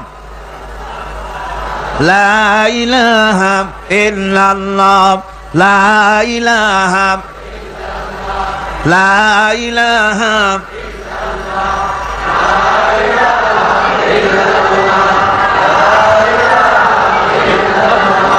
লা ইলাহা ইল্লাল্লাহ মুহাম্মাদুর রাসূলুল্লাহ। বন্ধুগণ, আল্লাহর প্রতি ঈমান আনলে পরে যে গুণ সৃষ্টি হয়, যে গুণাবলী সৃষ্টি হয়, সেই গুণের মধ্যে 2 নম্বরের গুণটা আমি বললাম, বিনয় এবং বিনম্রতা সৃষ্টি হয়, অহংকার মুক্ত হয়ে যায়। এটা হলো 2 নম্বরের উপকার। প্রথম নম্বরের উপকার হচ্ছে মর্যাদা সৃষ্টি হয়, 2 নম্বরে কি হয়? অহংকার মুক্ত হয়ে যায়। আল্লাহ রাব্বুল আলামিনের উপর ঈমান আনলে পরে, ঈমান বিল্লাহ যখন এসে যায় ভিতরে, আল্লাহর প্রতি যখন ঈমান পরিপূর্ণতা লাভ করে, তখন তার 3 নম্বরের উপকার যেটা হয় সেটা হলো সে নির্ভীক হয়ে যায়, তার মধ্যে বীরত্বের সৃষ্টি হয়। জোরে বলেন আলহামদুলিল্লাহ। ঈমানদার লোক কোনোদিন কাপুরুষ হয় না। ঈমানদার লোক কাপুরুষ হয় না, বীর পুরুষ হয়। আর পৃথিবীতে কাপুরুষেরা কোনো ইতিহাস সৃষ্টি করতে পারে না। বীর পুরুষ জীবনে মরে একবার, আর কাপুরুষ মরে জীবনে বারবার। পাতিশিয়ালের ডাক শুনিয়া চিত হয়ে পড়ে, ট্রাকের টায়ার পাংচার হয়েছে, আওয়াজ শুনিয়া হার্ট ফেল করে। এই হলো যারা নাকি ইমানের দিক থেকে দুর্বল, তাদের এই অবস্থা। আর ইমানদার যারা, তারা বোমার আওয়াজ শুনে পালায় না, বরং আহত সিংহের মতো আওয়াজ যেদিকে হয়েছে সেদিকে ছোটে গিয়ে দেখে তার কোনো ভাই আহত হয়েছে কিনা। হযরত ইয়াকুব আলাইহিস সালাম কলিজার টুকরা সন্তান হযরত ইউসুফ আলাইহিস সালামের জন্য তার মনটা পাগল ছিল। এত সুন্দর করে আল্লাহ তারে বানাইছিলেন, এত তিনি ছিলেন সৌন্দর্যের পিরামিড, যারা দেখলে চোখ ফিরানো যায় না। এমন সুন্দর সুপুরুষ যারা দেখি সেই যুগের সুন্দরী যুবতী মেয়েরা রূপের মোহে পড়ে নিজেদের আঙ্গুলগুলি কেটে ফেলে দিয়েছিল। রূপের মোহে এমন অবশ হয়ে গেছে, আঙ্গুল কেটেছে, হাত কেটেছে, টের পায় নাই। আবার ভুল বুঝবেন না, দুনিয়ার সেরা সুন্দর পুরুষ ইউসুফ আলাইহিস সালাম, তা কিন্তু রাসূলের চাইতে বেশি নয়। হযরত উম্মুল মুমিনিন আয়েশা রাদিয়াল্লাহু তাআলা আনহা তিনি বলেছেন, যেই সব সুন্দরী রমণীরা ইউসুফ আলাইহিস সালামকে দেখে রূপের মোহে পড়ে নিজেদের আঙ্গুলগুলো কেটে ফেলেছিল, ওরা যদি আমার হাবিবকে দেখতো, ওরা যদি আল্লাহ রাসূলকে দেখতো, তাহলে হাত কাটতে কাটতে কোন ফাঁকে যে কলিজা কেটে ফেলে দিত, ওরা টের পেত না। আমার বন্ধুগণ, হযরত আইয়ুব আলাইহিস সালাম সন্তানের মায়া, অন্যান্য ভাইরা হিংসায় পড়ে গেল, তারা নিয়ে তাকে কুয়ায় ফেলে দিল। সেখান থেকে তারা একটা ছাগল বা কোনো পশু জবাহ করে তার রক্ত মাখাইয়া জামা এনে হাজির করে দিল। হযরত ইয়াকুব আলাইহিস সালামের সামনে যে তারে নিয়ে খেলা করতে গিয়েছিলাম, আমরা খেলায় লিপ্ত ছিলাম, বাগে খেয়ে ফেলাইছে। এগুলি কি গপ্প? এগুলি কি কোরআন? আল্লাহ পাক শোনাচ্ছেন, বিশ্ববাসীকে শোনাইছেন। সূরা ইউসুফের চাইতে এত সুন্দর উপখ্যান গোটা পৃথিবীতে আর নাই। সুবহানাল্লাহ। অনেকে ইউসুফ জুলাইখার কিসসা খুব মজা করে পড়ে, ফুর্তি করে, প্রেমের গল্প পড়ে। এটা কোনো প্রেমের গল্প নয়। ইউসুফ আলাইহিস সালাম জুলাইখা ইউসুফ আলাইহিস সালামের জন্য কাঁদতে কাঁদতে চোখ কানা হয়ে গেছে। এরপর ইউসুফ আলাইহিস সালাম জুলাইখারে পাওয়ার জন্য পাগল হয়ে গেছে। নাউজুবিল্লাহ, এটা হয়নি কখনো। তিনি আল্লাহর পয়গম্বর, আর আল্লাহ কেমনে তারা বাঁচিয়েছেন? যখন জুলাইখা ঘরের ভিতরে সুন্দর করে যৌন উন্মাদনামূলক চিত্র অঙ্কিত করে ঘরের মধ্যে আটকায় দিয়েছে, তালা লাগায় দিয়েছে, আর নিজে যৌন উদ্দীপক কাপড় চোপড় পরেছে না পরার মতোই। সে যুগের সুন্দরী মেয়ে জুলাইখা, তার কুপ্রবৃত্তিকে চরিতার্থ করার জন্য আহ্বান করা হয়েছে। হযরত ইউসুফ আলাইহিস সালাম লক্ষ্য করে দেখলেন এমন জায়গায় এখান থেকে পালাবার তো পথ নাই, দরজা বন্ধ করে দিয়েছে। তিনি শুধু তখন কেবলমাত্র আল্লাহ রাব্বুল আলামিনকে ভয় করলেন। আল্লাহকে ভয় করে আল্লাহর নাম নিয়ে যখন তালাবদ্ধ দরজার দিকে দৌড় দিয়েছেন, আল্লাহ রাব্বুল আলামিন আপন কুদরতে তালাগুলি খুলে দরজা তার জন্য উন্মুক্ত করে দিলেন। ইউসুফ আলাইহিস সালামকে ফালাই দিয়ে এভাবে করে কাপড় এনে দিল তার সামনে, রক্তমাখা কাপড় পেয়ে হযরত ইয়াকুব আলাইহিস সালাম সন্তানদের মুখে কাহিনী শুনে তিনি কি বললেন? কোরআনে কারীম তা কোট করেছে। তিনি চিক দিলেন না, ফাল দিলেন না, ফিট হয়ে পড়লেন না। তিনি বললেন, কলিজার টুকরা সন্তান তার মরার খবর শুনেছেন। তিনি বললেন কি? ফাসাবরুন জামিলুন ওয়াল্লাহুল মুস্তাআনু আলা মা তাসিফুন। আমি উত্তম সবর অবলম্বন করব। তোমরা যে কাহিনী রচনা করেছো এর বেলায় আমি আল্লাহর কাছে সাহায্য চাই। আমি উত্তম সবর অবলম্বন করব। আমার ভাইরা, 11 ভাই মনে করেছিল ইউসুফ আলাইহিস সালামকে মরণ কুয়ায় ফেলাই দিছি। তারা তো ঠিক পায় নাই এটা মরণ কুয়া না, এটা হচ্ছে একটা সুড়ঙ্গ, যাকে ইংরেজিতে বলে টানেল। এটা এমন একটা সুড়ঙ্গ, ওরা মনে করেছে মরণ কুয়া, কিন্তু আল্লাহ রাব্বুল আলামিন এই কুয়াতে এমন বানালেন, ওরা একদিকে ফেলাই দিল মরণ কুয়ায়, এ কুয়ার আর এক মুখ দিয়া আল্লাহ রাব্বুল আলামিন ইউসুফ আলাইহিস সালামকে নিয়ে মিশরের সিংহাসনে বসায়া দিলেন। এটা মরণ কুয়া নয়, এটা রাজ সিংহাসনে বসার সুড়ঙ্গ পথ। ইউসুফ আলাইহিস সালাম আজ প্রেসিডেন্ট, সুবহানাল্লাহ, প্রেসিডেন্ট হয়ে বসে আছেন। ওদিকে কেনানে অভাব লেগে গেছে, সেখানকার মানুষেরা সাহায্য নিতে এসেছে। ওই 11 ভাইও আসছে। হযরত ইউসুফ আলাইহিস সালাম দেখেই চিনে ফেলেছে। ওরা কিন্তু তখনও ঠিক পায় নাই। হযরত ইউসুফ আলাইহিস সালাম চিনে ফেলেছেন। এখন কি করা উচিত? সবগুলোকে ঠ্যাং উপরের দিকে উঠাইয়া তারপরে সমানে ধোলাই দেওয়াইতেও স্বাভাবিক ছিল, আমাদের মতো মানুষ হইলে, ঠিক কিনা? ঠিক তো বলবেনি, অভ্যাস তো এটাই। হযরত ইউসুফ আলাইহিস সালাম তাদের সামনে পরিচয় দিলেন। তারা যখন বুঝতে পারলো, লজ্জায় তাদের মাথা হেট হয়ে গেল। হযরত তার এক তো লজ্জা, আর 2 নম্বরের ভয়, জান নিয়ে কেনানে কেউ ফিরে যাইতে পারবো না। এখন অবস্থা হয়েছে যে জীবনই যায় নাকি এখানে। হযরত ইউসুফ আলাইহিস সালাম ভাইদের এই করুণ দুরবস্থা বুঝতে পারলেন। বুঝে চরম ধৈর্য ধরে তিনি কি বললেন? তিনি বললেন, লা তাসরিবা আলাইকুমুল ইয়াউম। ও ভাইরা, তোমাদের বিরুদ্ধে আমার কোনো ক্ষোভ নাই, দুঃখ নাই, বিদ্বেষ নাই, হিংসা নাই, আল্লাহর রাস্তায় মাফ করে দিলাম। আল্লাহু আকবার, সুবহানাল্লাহ। এর নাম পয়গম্বর। এর নাম কি? পয়গম্বর। কিসের লেনিন, কিসের মার্কস? জওয়ানেরা, ভুল পথে মানুষ চলেছিল। আলহামদুলিল্লাহ, আল্লাহ এগুলোরে ডাস্টবিনে ফেলাই দিচ্ছে। কারণ আলহামদুলিল্লাহ, আলহামদুলিল্লাহ। পয়গম্বর কারে বলে? কারে বলে পয়গম্বর? কি চরিত্র! রাসূল করিম সাল্লাল্লাহু আলাইহি ওয়াসাল্লাম তাকে একজন সাহাবী বলছিলেন, হুজুর বলছেন এই কামটা করলা না কেন? সাহাবী বললেন, হুজুর আপনি যদি চোখের ইশারায় বলতেন, মুখ দিয়ে না কইয়া, তাও তো আমি কামটা করে ফেলতাম, আমি তো বুঝি নাই। হুজুর বললেন, চোখের ঠারে ঠারে কাজ করা নবুয়তের শান নয়। আল ওয়াদু হুয়া সারাহা, নবীরা যা করেন তা ডাইরেক্ট, কোনো বক্রতা নাই, স্পষ্ট কথা। আমার ভাইরা, হযরত ইউসুফ আলাইহিস সালাম বিনিয়ামিনকে কাছে নিয়ে পরিচয় দিলেন তার ভাইদের সামনে। কোরআনে কারীম বলছে, ক্বালা আনা ইউসুফ ওয়া হাদা আখি قد من الله علينا إنه من يتقي ويصبر فإن الله لا يضيع أجر المحسنين। আমি ইউসুফ, আর এই হচ্ছে আমার ভাই। আল্লাহ আমাদের উপর ইহসান করেছেন। প্রকৃতপক্ষে যারা আল্লাহকে ভয় করে এবং সবর ইখতিয়ার করে, আল্লাহ এভাবে তাদেরকে, তাদের আমলকে নিষ্ফল হতে দেন না। আমার এই জামাটা নিয়ে যাও। হযরত ইয়াকুব আলাইহিস সালাম কলিজার টুকরা সন্তান ইউসুফ আলাইহিস সালামের বিরহ যন্ত্রণায় ছেলেকে কতদিন দেখে না, কাঁদতে কাঁদতে চোখ দুটো অন্ধ হয়ে গেছে। মিশর থেকে কেনানের দিকে জামা রওনা হয়েছে। কোথায় মিশর, কোথায় কেনান? জামা যখন রওনা হয়ে গেছে, হযরত ইয়াকুব বলতেছেন, আমি যেন আমার ইউসুফের গন্ধ নাকে পেতেছি। জামা চলে এলো, চোখের উপরে রাখলেন, আল্লাহ রাব্বুল আলামিন তাকে চক্ষুষ্মান বানায়া দিলেন। ভাইরা আমার, পয়গম্বরেরা সবর করে গোটা দুনিয়ার মানুষের সামনে দৃষ্টান্ত সেট করেছেন সবরকারী হন। আমার ভাইরা, হযরত ইব্রাহিম আলাইহিস সালামের কথা আল্লাহ পাক কোরআনে কারিমে বলছেন সবরকারী কয়, দেখো শেখো সবরকারী কয়। আল্লাহ পাক বললেন, ইব্রাহিম তোমার বিবি আর তোমার নবজাতক এই সন্তানকে রেখে আসো মক্কা নগরীতে। তিনি চলে গেলেন, সেখানে ঘর নাই, বাড়ি নাই, কিচ্ছু নাই, চতুর্দিকে ধুধু বালু আর মরুভূমি। হযরতে হাজরা বলছেন, ইব্রাহিম সামান্য পানি আর খাবার দিয়া আমার সন্তান শুদ্ধ এখানে রেখে দিতেছো, আমি কি অপরাধ করেছি? কোনো জবাব নাই।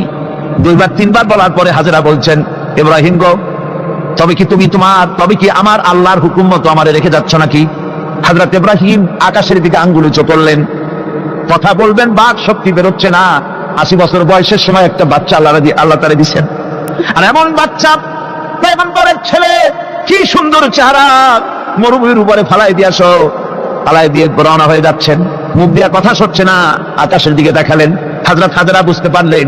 হযরত হাজরা বলেন, ইব্রাহিম কোনো চিন্তা নাই, নিশ্চিন্ত মনে বাড়ি ফিরে যাও। আমি আমার আল্লাহর উপরে এতটা ভরসা করি, আল্লাহর হুকুমে যদি আমার এখানে রেখে যেয়ে থাকো, আল্লাহ পাক আমাকে আর আমার কলিজার টুকরা ইসমাইলকে পানিতে আর খাবারে মারবেন না, অবশ্যই তিনি ব্যবস্থা করবেন। ব্যবস্থা হয়ে গেল। হযরত ইসমাইল বড় হয়ে গেলেন। আল্লাহ পাক অর্ডার করলেন, জবাহ করো ছেলেকে। হযরত ইব্রাহিম আলাইহিস সালাম যখন জবাহের প্রস্তাব করলেন, হযরত ইসমাইল তা আপত্তি করতেন, বাবাজি আমার মায়ের আর আমাকে বাচ্চা অবস্থায় ফেলে গেলেন, খাবার দেন নাই, পরার দেন নাই, বছরের পর বছর আমাদের এখানে কাটলো, দেখতেও আসেন নাই, আজ আসছেন জবাহ দিতে, এটা কেমন কথা? কি ধরনের বাপ আপনি? এরকম বলছে নাকি? এরকম বলছে? হযরত ইব্রাহিম আলাইহিস সালাম প্রস্তাবটা কিভাবে পারলেন? আল্লাহ পাক কোরআনে কারিমে দৃষ্টান্ত রেখে দিয়েছেন। আল্লাহ পাক বলছেন, হযরত ইব্রাহিম ছেলেকে বললেন, ইয়া বুনাইয়া, হে আমার কলিজার টুকরা লাডলা, হে আমার কলিজার টুকরা সন্তান, ইন্নী আরা ফিল মানাম আন্নী আযবাহুক, আমি স্বপ্নে দেখছি আমি যেন তোমাকে জবাহ করতেছি, ফানজুর মাযা তারা, তোমার রায় কি বলো? আমি তো স্বপ্নে দেখছি যে আমি তোমার জবাহ করতেছি, এখন তোমার রায় কি, তোমার মত কি? হযরত ইসমাইল আলাইহিস সালাম শুনিয়া দিলেন দৌড়, নাকি না? হযরত ইসমাইল আলাইহিস সালাম ধৈর্যের প্রতীক, তিনি কি কথা বললেন? তার মুখের কথা কোরআন শরীফে আল্লাহ পাক উঠায় দিলেন। হযরত ইসমাইল বললেন, ইয়া আবাতি ফাআল মা তুমারু সাতাজিদুনি ইনশাআল্লাহু মিনাস সাবিরিন, হে আমার পিতা, আপনি যে ব্যাপারে আদিষ্ট হয়েছেন আপনি তা পালন করুন, অবশ্যই আমাকে ধৈর্যধারীদের মধ্যে পাওয়া যাবে। সুবহানাল্লাহ। এক বর্ণনায় এসেছে, হযরত ইসমাইল বললেন, আব্বাজান আমি ধৈর্যধারীদের ভিতরে আমারে পাবেন, তবে জবাহ করার আগে আমার হাত পাটা একটু বেঁধে নেন, কারণ জবাহের যন্ত্রণায় আপনার গায়ে যদি আমার হাত পাও লেগে যায় তো বেয়াদবি হয়ে যেতে পারে। আর আমি বলে আমার জবাহ হয়ে যাওয়ার পর আমার রক্ত মাখা জামা টানিয়া আমার মা হাজেরারে দিবেন, কারণ তাকে মা বলবার মতো আর তো কেউ নাই। হযরত ইব্রাহিম তাকে বাঁধবার জন্য প্রস্তুতি নিলেন। হযরত ইসমাইল বলছেন, আব্বাজান বাঁধবেন না, বাঁধার প্রয়োজন নাই। বলে, কেন? একবার বাঁধতে বললে আবার তুমি নিষেধ করছো কেন? ছেলে বলছেন, আব্বাজান বাঁধবো না এই জন্যে, হয়তো কিয়ামতেই প্রশ্ন উঠতে পারে যে আল্লাহর হুকুমে রাজি ছিল না বলে হাত পা বাঁধা জবাহ করছে, আমি এই সুযোগ দিব না, আপনি জবাহ করেন, আমি এতটুকু নড়াচড়া করব না। ধৈর্যের চরম প্রতীক হযরতে ইসমাইল আলাইহিস সালাম দেখাই দিয়েছেন ধৈর্য কারে কয়।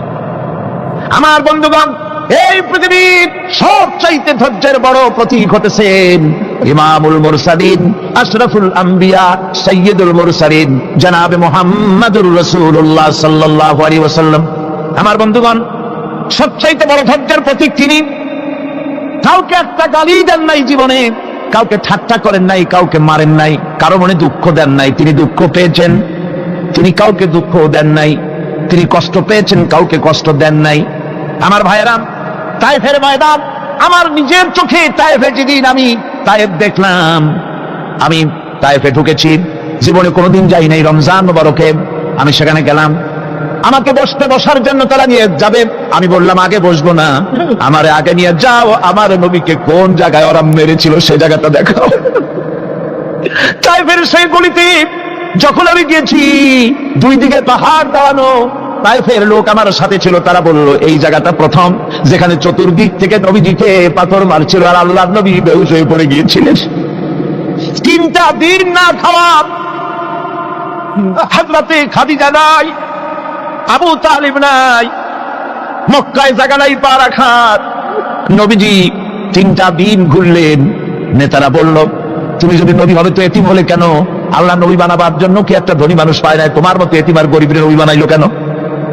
আল্লাহ নবী 3 দিন পর যখন দেখলেন কেউ দাওয়াত শোনে না, কেউ মানে না, কেউ গ্রহণ করে না, তখন তিনি নেতাদের অনুরোধ করলেন, ঠিক আছে দাওয়াত তো কবুল করলে না, তবে একটা কাজ করো, অন্তত আমি যে তায়েফে আসছিলাম এই খবরটা মক্কায় দিও না, ওরা আরো অত্যাচার বাড়াই দেবে। এই কাফিরগুলি খবর তো মক্কায় পাঠালো, আর সমস্ত যুবকদেরকে লেলিয়ে দিল। যুবকেরা চতুর্দিকে দাঁড়াইছে, রাসূলকে পাথর মারা শুরু করে দিল।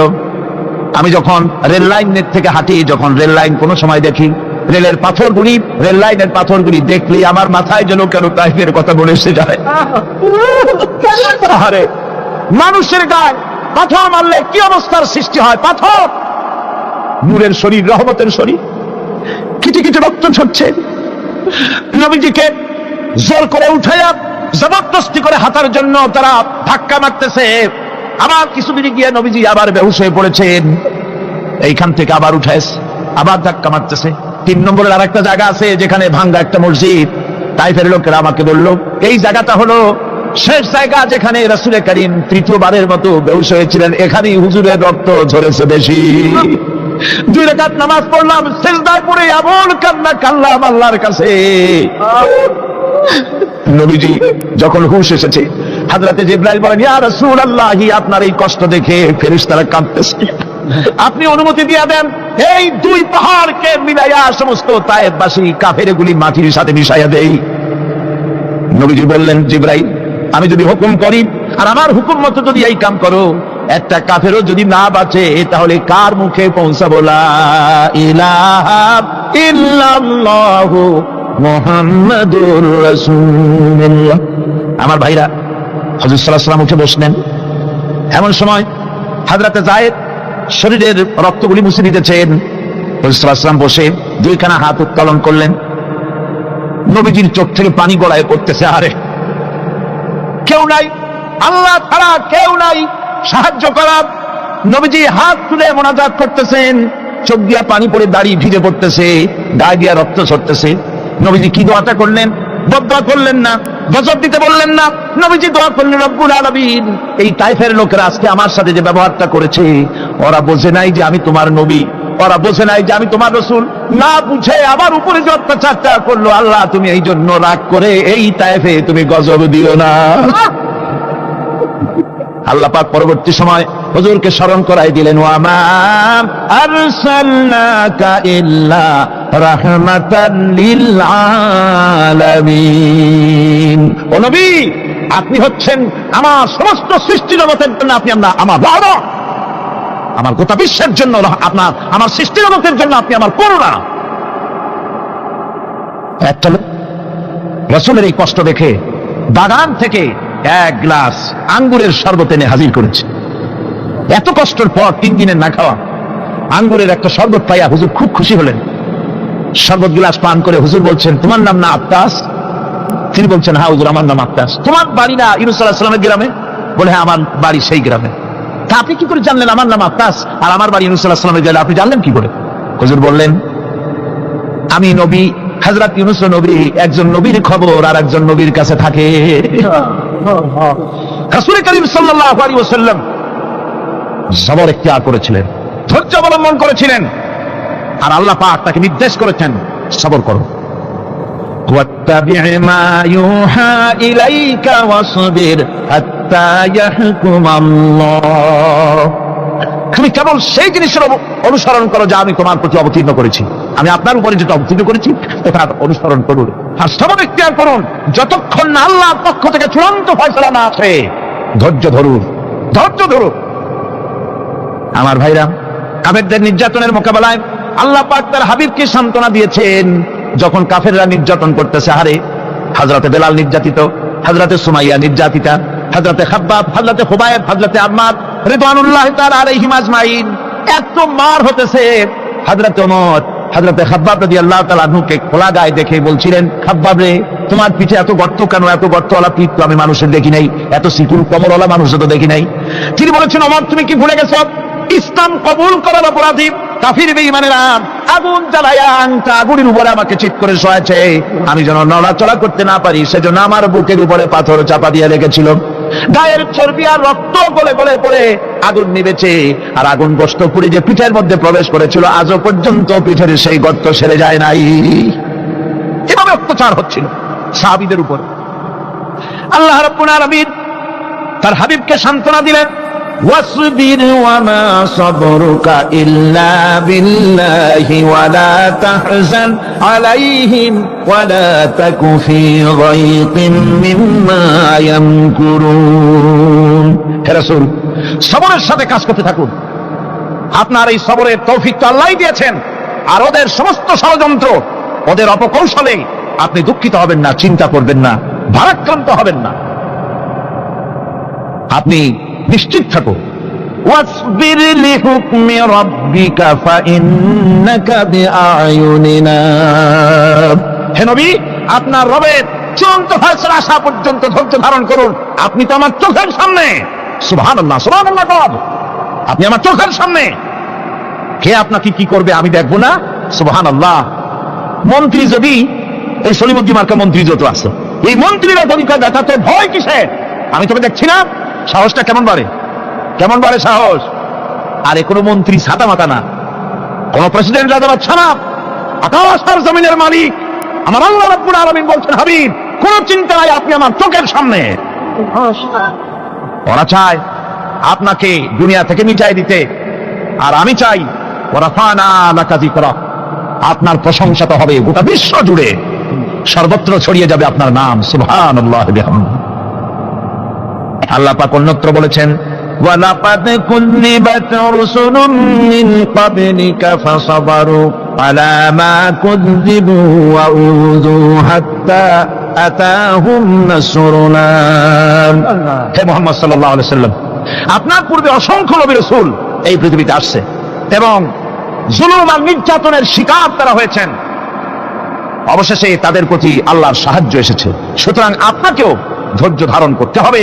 ধৈর্য ছাড়া কোনো পথ নাই, ধৈর্য আপনাকে ধারণ করতেই হবে। আর এই ধৈর্য ধারণ করলে পরে আল্লাহর চূড়ান্ত ফয়সালা আসবে, তখন আল্লাহ পাক মেহেরবানি করবেন।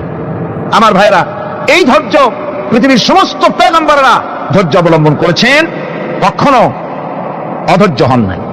দিন কায়েমের সংগ্রামে নবী রাসূলগণ দারুণ ভাবে সবর ইখতিয়ার করেছেন।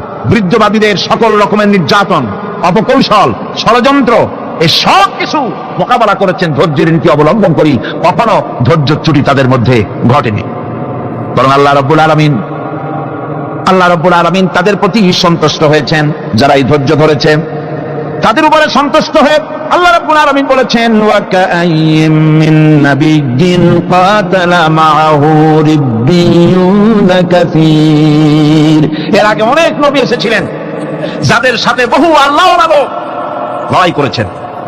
ফামা ওয়াহানু লিমা আসাবাহুম ফি সাবিলিল্লাহি ওয়া মা যাফু ওয়া মাস্তাকানু।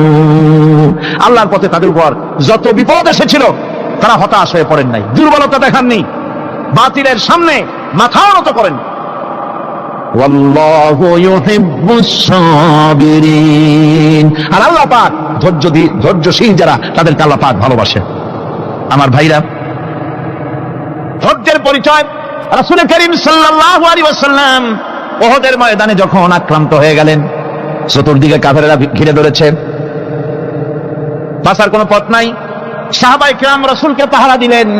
যারা রাসূলকে পাহারা দিতে দাঁড়াইছেন, জীবন দিয়া পাহারা দিতে দাঁড়ায় গেছে। রাসূলের দিকে মুখ দিয়া, পিঠটা বাইরের দিকে দিয়ে রাসূলকে পাহারা দেওয়া শুরু করেছেন। হুজুরকে পাহারা দিতে যারা দাঁড়িয়েছিলেন, কাফের কর্তৃক নিক্ষিপ্ত কি তীরগুলি এসে যখন বিঁধতেছিল, শুধু একজন সাহাবী হযরত তালহার পিঠের ভিতরে রাসূলকে হেফাজতের জন্য 80টা তীর একজনের পিঠের মধ্যে দিয়ে তুলেছে। এক অসতর্ক মুহূর্তে নবীজির জানদান মোবারক শহীদ হয়ে গেল, শিরস্ত্রাণ ভেঙে গেল, লোহার কড়া প্রবিষ্ট হয়ে গেল কপালের ভিতরে। হুজুর মাথা ঘুরে পড়ে গেলেন। হযরত আবু উবাইদা রাদিয়াল্লাহু তাআলা আনহু হুজুরের মস্তক মোবারককে করে নিয়ে, তারপরে বহু কষ্ট করে মাথা থেকে লোহার কড়া বের করলেন। এবার ওই কড়ার ছিদ্র দিয়ে রক্ত আসতেছে, মুখ দিয়ে রক্ত পড়তেছে, দাড়ি ভিজে যাচ্ছে। বুখারী শরীফে এসেছে, আল্লাহর নবী দুইখানা হাত নিজের চেহারার উপরে মলে আনে, টাটকা রক্ত চোখের সামনে দেখে বলছেন, আহারে, এই কওমের ফালাক কি করে হবে, এই কওমের মুক্তি কি করে হবে, এই কওমের নাজাত কি করে হবে, যে কওম তার নবীর চেহারা রক্ত দিয়ে আল্লাহ বাড়াইয়া দিল। নবীজি বললেন, আল্লাহুম্মা গফিরলি কওমি ফাইন্নাহুম লা ইয়ালামুন, আয় আল্লাহ পাক, আমার এই কওম বুঝতে পারে না, ওদেরকে মাফ করে দাও। খবর ছড়িয়ে গেল নবীজি শহীদ হয়ে গিয়েছেন। খবর ছড়িয়ে গেল চতুর্দিকে, মদিনায় খবর ছড়িয়ে গেল। মানুষ পাগলের মতো দৌড়ানো শুরু করে দিল। এক মেয়ে লোক দৌড়াচ্ছে উহুদের দিকে, কয়েকজন সাহাবীর সঙ্গে দেখা। তারা জিজ্ঞেস করলেন, দৌড়াও কেন মহিলা, যাও কই? কয় উহুদের দিকে যেতেছি। কয় যায় তো কোনো লাভ নাই, যেহেতু তোমার যে স্বামী এসেছিলেন জিহাদের ময়দানে তিনি তো শহীদ হয়ে গেছেন। মহিলা বলতেছে, কে শহীদ হয়েছে শুনতে চাই না, আগে বলো নবীজি কেমন আছে। আবার কিছুক্ষণ পর আর কয়েকজনের সঙ্গে দেখা। তারা বলছে, মেয়ে লোক দৌড়াও কই? যাচ্ছি উহুদের দিকে। তারা বলছেন যে কোনো লাভ নাই, তোমার যে দুইটা কলিজার টুকরা সন্তান উহুদে এসেছিল দুটোই শহীদ হয়ে গেছে। মা বলতেছে, ও সাহাবী, কে শহীদ হয়েছে শুনতে চাই না, তাড়াতাড়ি করে বলো আল্লাহর নবী মুহাম্মদুর রাসূলুল্লাহ সাল্লাল্লাহু আলাইহি ওয়াসাল্লাম কেমন আছেন। দৌড়াতে দৌড়াতে উহুদের মাঠে সাহাবায়ে কিরাম পরিবেষ্টিত।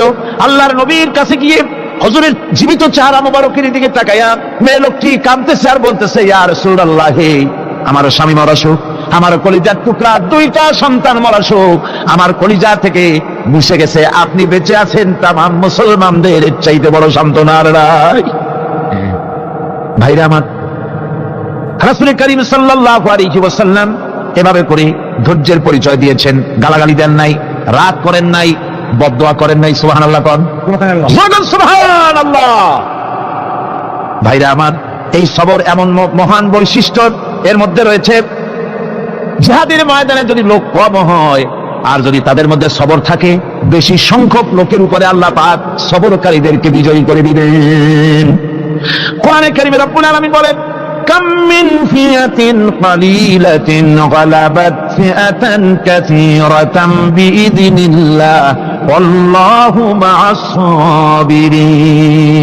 এমন ঘটনার বহু নজির আছে যে কম সংখ্যক লোকেদের উপরে আল্লাহ পাক, বেশি সংখ্যক লোকেদের উপর আল্লাহ পাক কম সংখ্যক লোকদেরকে জয়ী করে দিয়েছেন।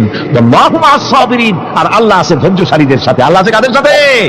দেখেন না বদরের কামটা, বদরের ময়দান, 313 জন মুসলমান, অস্ত্রপাতি নাই, সামান্য অস্ত্র, আর কাফেরেরা এসছে হাজারেরও বেশি। আমার বন্ধুগণ, ধৈর্য কত বড় কাম দিল, ধৈর্য ধারণ করেছেন তারা, আল্লাহর উপরে ভরসা করেছেন। আল্লাহ রাব্বুল আলামিন অস্ত্রের কাজ কি দিয়া করায় দিলেন। একজন সাহাবী এসে বলছেন, হুজুর, জিহাদের ময়দান, ইসলামের প্রথম জিহাদ, আমার কাছে তো অস্ত্র নাই, মেহেরবানি করে একটা অস্ত্র আমারে দেন, আমি লাফায় পড়ি জিহাদের মধ্যে। হুজুর বলেন, অস্ত্র তো আমার কাছে নাই, দিবটা কি? সাহাবী বলছেন, হুজুর, অস্ত্র না থাকে যা পারেন তাই দেন, আপনার হাত দিয়ে যা দিবেন আমি দাঁড়ায় থাকতে পারবো না, জিহাদে আমাকে শরীক হতেই হবে। নবীজি কাছে পেলেন একখানা শুকনা খেজুরের ডালখানা তুলে সাহাবীর হাতে তুলে দিলেন। সাহাবী বলেন, রাসূলের হাতের দেওয়া শুকনা খেজুরের ডালটা নিয়ে আমি যখন কাফেরদের ভিড়ের মধ্যে ঝাঁপায় পড়ে যখন শুকনা খেজুরের ডাল দিয়ে আঘাত দিলাম, তখন ধারালো তরবারি দিয়ে আঘাত করলে যে কাম হয়, শুকনা খেজুরের ডালের আঘাতে কাফের দ্বিখণ্ডিত হয়ে জমিনে পড়ে গেল। ভাইরা আমার, আল্লাহ রাব্বুল আলামিন সবর যারা করে, সংখ্যা যদি কম হয়, আল্লাহ পাক তাদেরকে বিজয়ী করে দেবেন, এই ওয়াদা আল্লাহ রাব্বুল আলামিন করেছেন। এই সবরের গুণ ছাড়া জান্নাতেও প্রবেশ করা যাবে না, সবর যদি না থাকে বেহেশতে যাওয়া যাবে না। ভালো করে মনে রাখেন, আল্লাহ পাক বলছেন, আমা হাসিবতুম أن تدخلوا الجنة ولما يعلم الله الذين جاهدوا منكم ويعلم الصابرين। তোমরা কি মনে করেছো এমনি বেহেশতে চলে যাবা? এটা কি মামু বাড়ির আবদার নাকি? এমনি বেহেশতে চলে যাবা? অথচ আল্লাহ রাব্বুল আলামিন এখনো দেখেন নেননি যে তোমাদের মধ্যে কারা জিহাদ করতে প্রস্তুত, কারা তোমাদের মধ্যে জিহাদ করে জান দেওয়ার জন্য প্রস্তুত, আর কারা ধৈর্যধারী, এটা তো আল্লাহ এখনো দেখে নেন নাই। সুতরাং যা হক এবং বাতিলের সংগ্রামে লিপ্ত হতে হবে। আল্লাহ দেখতে চান কারা জীবন দিতে চায়। সুতরাং ইসলামী আন্দোলনে যারা শরীক হবে তাদের বিপদ এবং মুসিবত দিয়ে আল্লাহ রাব্বুল আলামিন তাদের সাহসিকতা এবং ধৈর্যের পরীক্ষা নেবেন। কোরআনে কারীম বলছেন, وَلَنَبْلُوَنَّكُمْ حَتَّى نَعْلَمَ الْمُجَاهِدِينَ مِنكُمْ وَالصَّابِرِينَ وَنَبْلُوَ أَخْبَارَكُمْ। অবশ্যই আমি তোমাদেরকে পরীক্ষার সম্মুখীন করব, আর তোমাদের মধ্যে সত্যিকার মুজাহিদ দৃঢ়তা অবলম্বনকারী কারা আমি তা দেখব। এটা যেন আমি দেখে নিতে পারি, সেই জন্য আমি বিপদ এবং মুসিবতের মধ্যে তোমাদের ফেলবো। ধৈর্যধারীদের উপরে আমার রহমত অবশ্যই থাকবে। খবর এমন এক সম্পদ যা ধারণ করলে পরে আল্লাহ রাব্বুল আলামিন রাষ্ট্রীয় ক্ষমতা দান করে দেন। সুবহানাল্লাহ, জোরে বলেন সুবহানাল্লাহ। ধৈর্য ধারণ করলে আল্লাহ রাষ্ট্রের মতো বিরাট নিয়ামত আল্লাহ হাতে তুলে দিবেন। তার প্রমাণ কোরআন শরীফ আল্লাহ বলছেন, বনি ইসরাঈলরা মিশর থেকে যখন বহিষ্কার হয়ে গেল, তাদের যখন পা রাখার কোনো জায়গা থাকলো না, বনি ইসরাঈলরা মিশর থেকে যখন বহিষ্কার হয়ে গেল, এরপরে আল্লাহ পাক তারা যখন ধৈর্য অবলম্বন করলো, আল্লাহ পাক তাদের ব্যাপারে বলছেন, ওয়া আওরাসনাল কওমাল্লাযীনা কানু ইসতাদআফুনা মাশারিকাল আরদি ওয়া মাগারিবা আল্লাতী বারাকনা ফিহা। আর তাদের স্থলে আমি নির্যাতিত লোকদেরকে প্রতিষ্ঠিত করলাম। পশ্চিম এবং উত্তরের তাদেরকে আমি পশ্চিম এবং পশ্চিম এবং পূর্বের উত্তরাধিকারী তাদেরকে বানায় দিলাম। বিরাট এলাকা তাদের হাতে আমি তুলে দিলাম। ওয়া তাম্মাত কালিমাতু রাব্বিকাল হুসনা আলা বানি ইসরাঈলা বিমা সাবারু। আর এভাবে করে আল্লাহ পাক তার কথাকে পূর্ণ করলেন বনি ইসরাঈলদের উপরে সবর ইখতিয়ার করার জন্য। ধৈর্য ধরার কারণে আল্লাহ পাক রাষ্ট্রের মালিক তাদের বানায় দিলেন। জোরে বলেন সুবহানাল্লাহ। সবর যদি করা হয়, তো যুদ্ধ যদি বাদে যদি জাহাজ শুরু হয়ে যায়, আল্লাহ পাক বলেছেন ফেরেশতা দিয়ে সাহায্য করবে। যদি সবর থাকে, তোমাদের সবর থাকলে আল্লাহ কি দিয়ে সাহায্য করবেন? ফেরেশতা। কোরআনে কারীম বলছে, বালা ইন তাসবিরু ওয়া তাত্তাকু ওয়া ইয়াতুকুম মিন ফাওরিহিম হাদা ইউমদিদকুম রাব্বুকুম বিখামসাতি আলাফিন মিনাল মালাইকাতি মুসাউমিন। হ্যাঁ, তোমরা যদি ধৈর্য অবলম্বন করো আর আল্লাহকে ভয় করে চলো, তাহলে এক্ষুনি আল্লাহ রাব্বুল আলামিন তোমাদের জন্য কাতারে কাতারে শৃঙ্খলাবদ্ধ ৫,০০০ ফেরেশতা দিয়ে তোমাদেরকে সাহায্য করবেন। সুবহানাল্লাহ। তোমাদেরকে ফেরেশতা দিয়ে সাহায্য করা হবে। তোমরা যদি সবর ইখতিয়ার করো, তাহলে সংখ্যায় যদি কম হও, বেশি সংখ্যার উপরে জয়ী করে দেব। ইয়াকুম মিনকুম ২০ সাবিরুনা ইয়াগলিবু মিয়াতাইন। যদি তোমাদের ভিতরে ধৈর্যশীল ২০ জন হয়, আমি ২০০ কাফেরের বিরুদ্ধে তোমাদেরকে জয়ী করে দেব। সুবহানাল্লাহ। তোমরা যদি হও ধৈর্যশীল ২০০ কাফেরের উপরে তোমরা জয়যুক্ত হয়ে যাবে। আর বিপদ আর মুসিবতে যারা ধৈর্য ধরে, তাদের জন্য আল্লাহর পক্ষ থেকে সুসংবাদ। সুসংবাদ কাদের জন্য? ধৈর্যধারীদের জন্য। কোরআনে কারীম বলছে, ওয়াবাশশিরিস সাবিরিন আল্লাযীনা ইযা আসাবাতহুম মুসিবাতুন ক্বালু ইন্না লিল্লাহি ওয়া ইন্না ইলাইহি রাজিউন। সুসংবাদ সেই সব ধৈর্যশালীদের জন্য যারা নাকি বিপদ এবং মুসিবতে আসলে যারা বলে, কি বলে? পড়েন আমার সাথে, ইন্না লিল্লাহি ওয়া ইন্না ইলাইহি রাজিউন। এটা শুধু আমাদের লোকেরা কেউ বললে পড়ে, এটা শুধু মরার সময় নয়, বরং যে কোনো বিপদ আর মুসিবত এলে মুমিন বান্দা যারা, তারা কি পড়বে? ইন্না লিল্লাহি ওয়া ইন্না ইলাইহি রাজিউন। নিশ্চয়ই আমরা আল্লাহর জন্য এবং আমাদের সকলকেই আল্লাহর কাছে ফিরে যেতে হবে, প্রত্যাবর্তিত হতে হবে। সবরকারীদের জন্য রয়েছে জান্নাতের সুউচ্চ সম্মানের জায়গা। জান্নাতে সবচেয়ে সম্মানজনক জায়গা আল্লাহ রাব্বুল আলামিন ধৈর্যশালীদেরকে দান করবেন। কোরআনে কারীম বলছে, উলাইকা ইউজসাউনাল গুরফাতা বিমা সাবারু ওয়া ইউলাক্কাউনা ফিহা তাহিয়াতাও ওয়া সালামা।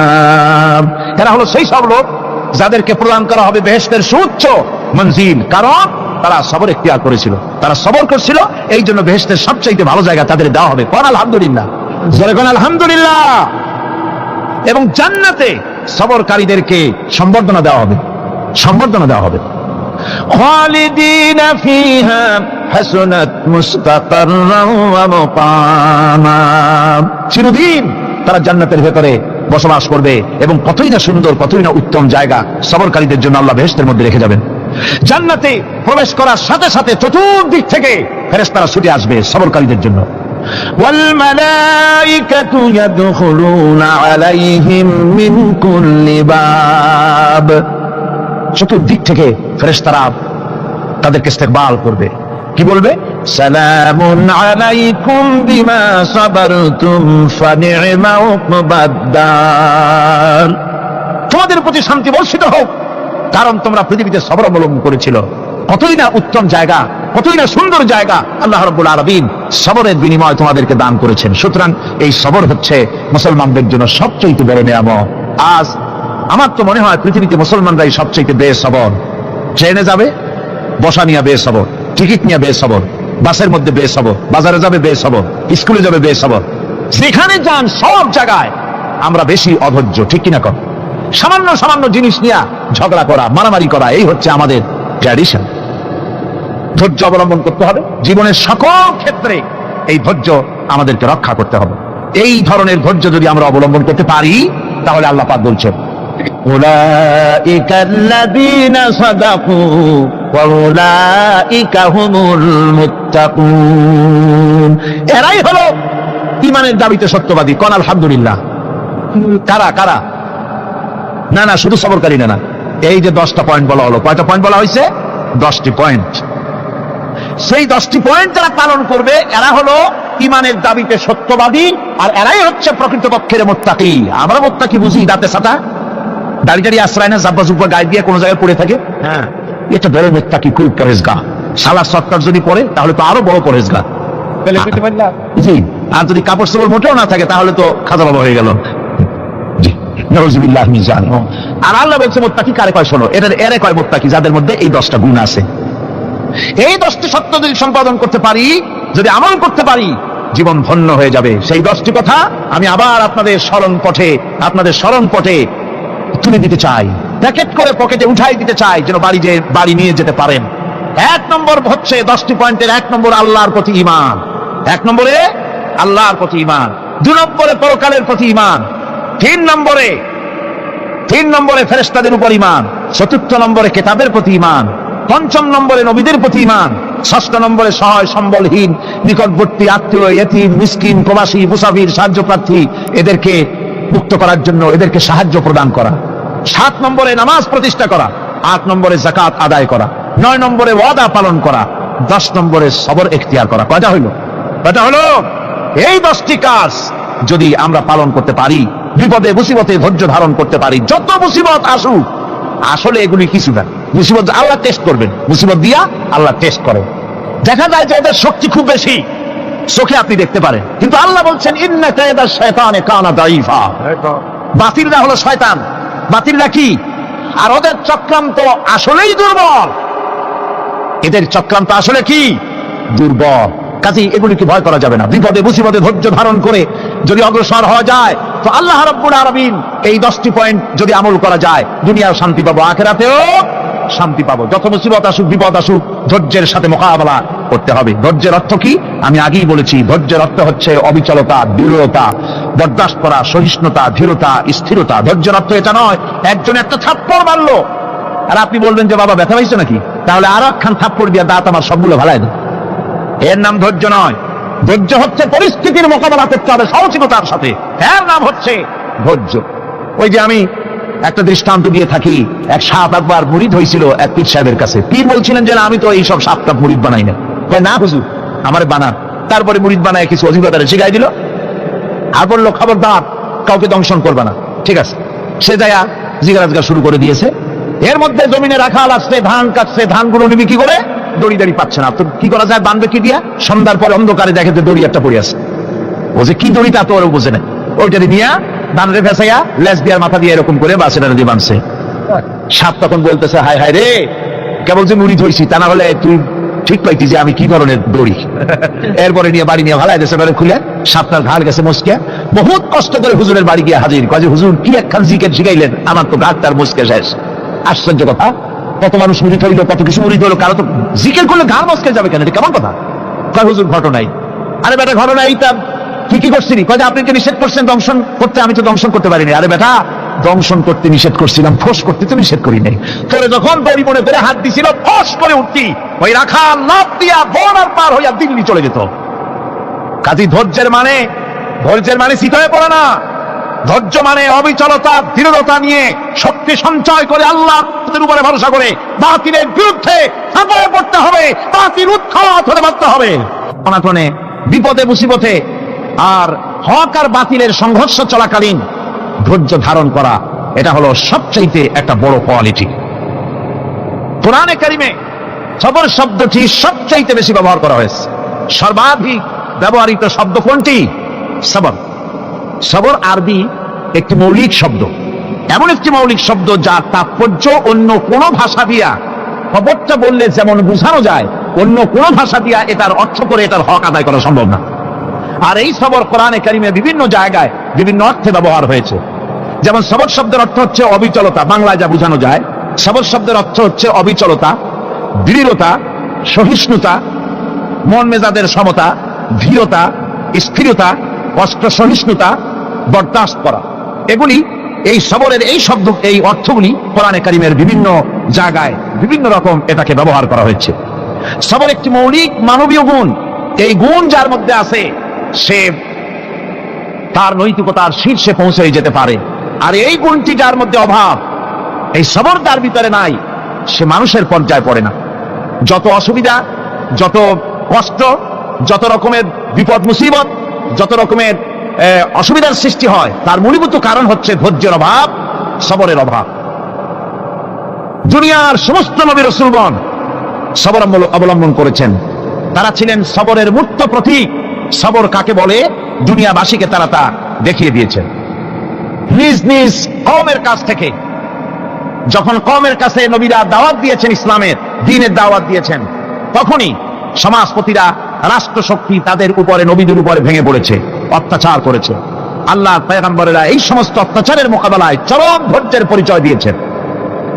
কোরআনে কারিমে উল্লেখ করা হয়েছে, অত্যাচারের মোকাবেলায় আম্বিয়ায়ে কেরাম যা বলেছেন সেটা হলো এই, ওয়ামা লানা আল্লা নাতাওয়াক্কালা আলাল্লাহি ওয়া ক্বাদ হাদানা সুবুলানা।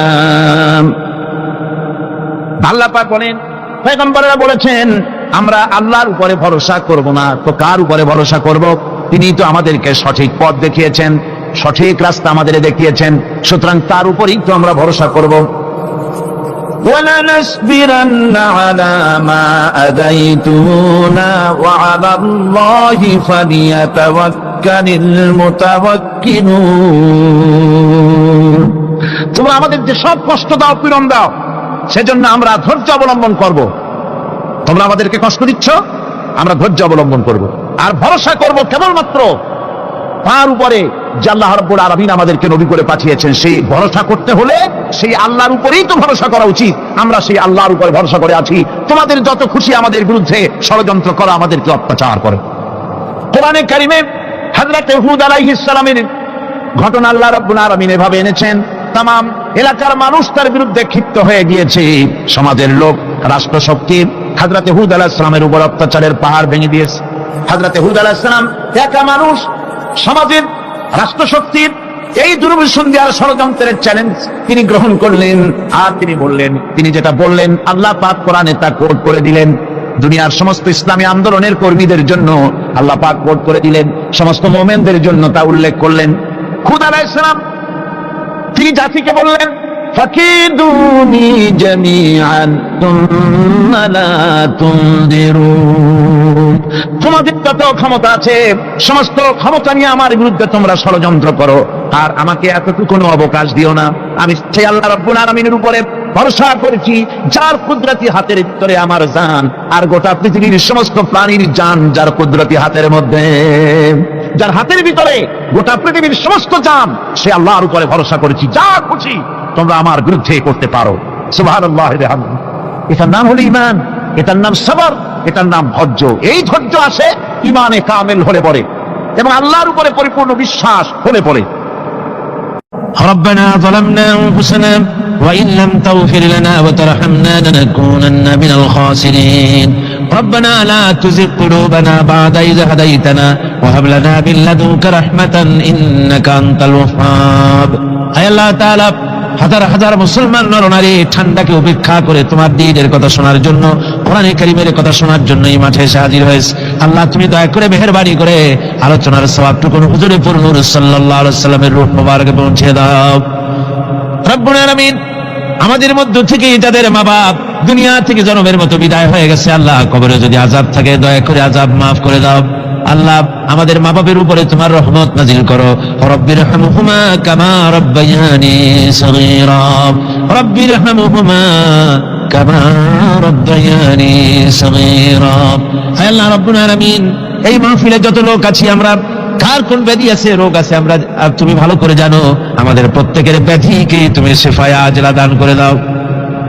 আল্লাহুম্মা হাব্বিব ইলাইনাল ঈমান وزينه في قلوبنا وكره إلينا الكفر والفسوق والعصيان واجعلنا من الراشدين ربنا تقبل منا إنك أنت السميع العليم وتب علينا إنك أنت التواب الرحيم سبحان ربك رب العزة عما يصفون وسلام على المرسلين الحمد لله رب العالمين واجعل آخر كلماتنا عند الموت لا إله إلا الله محمد رسول الله.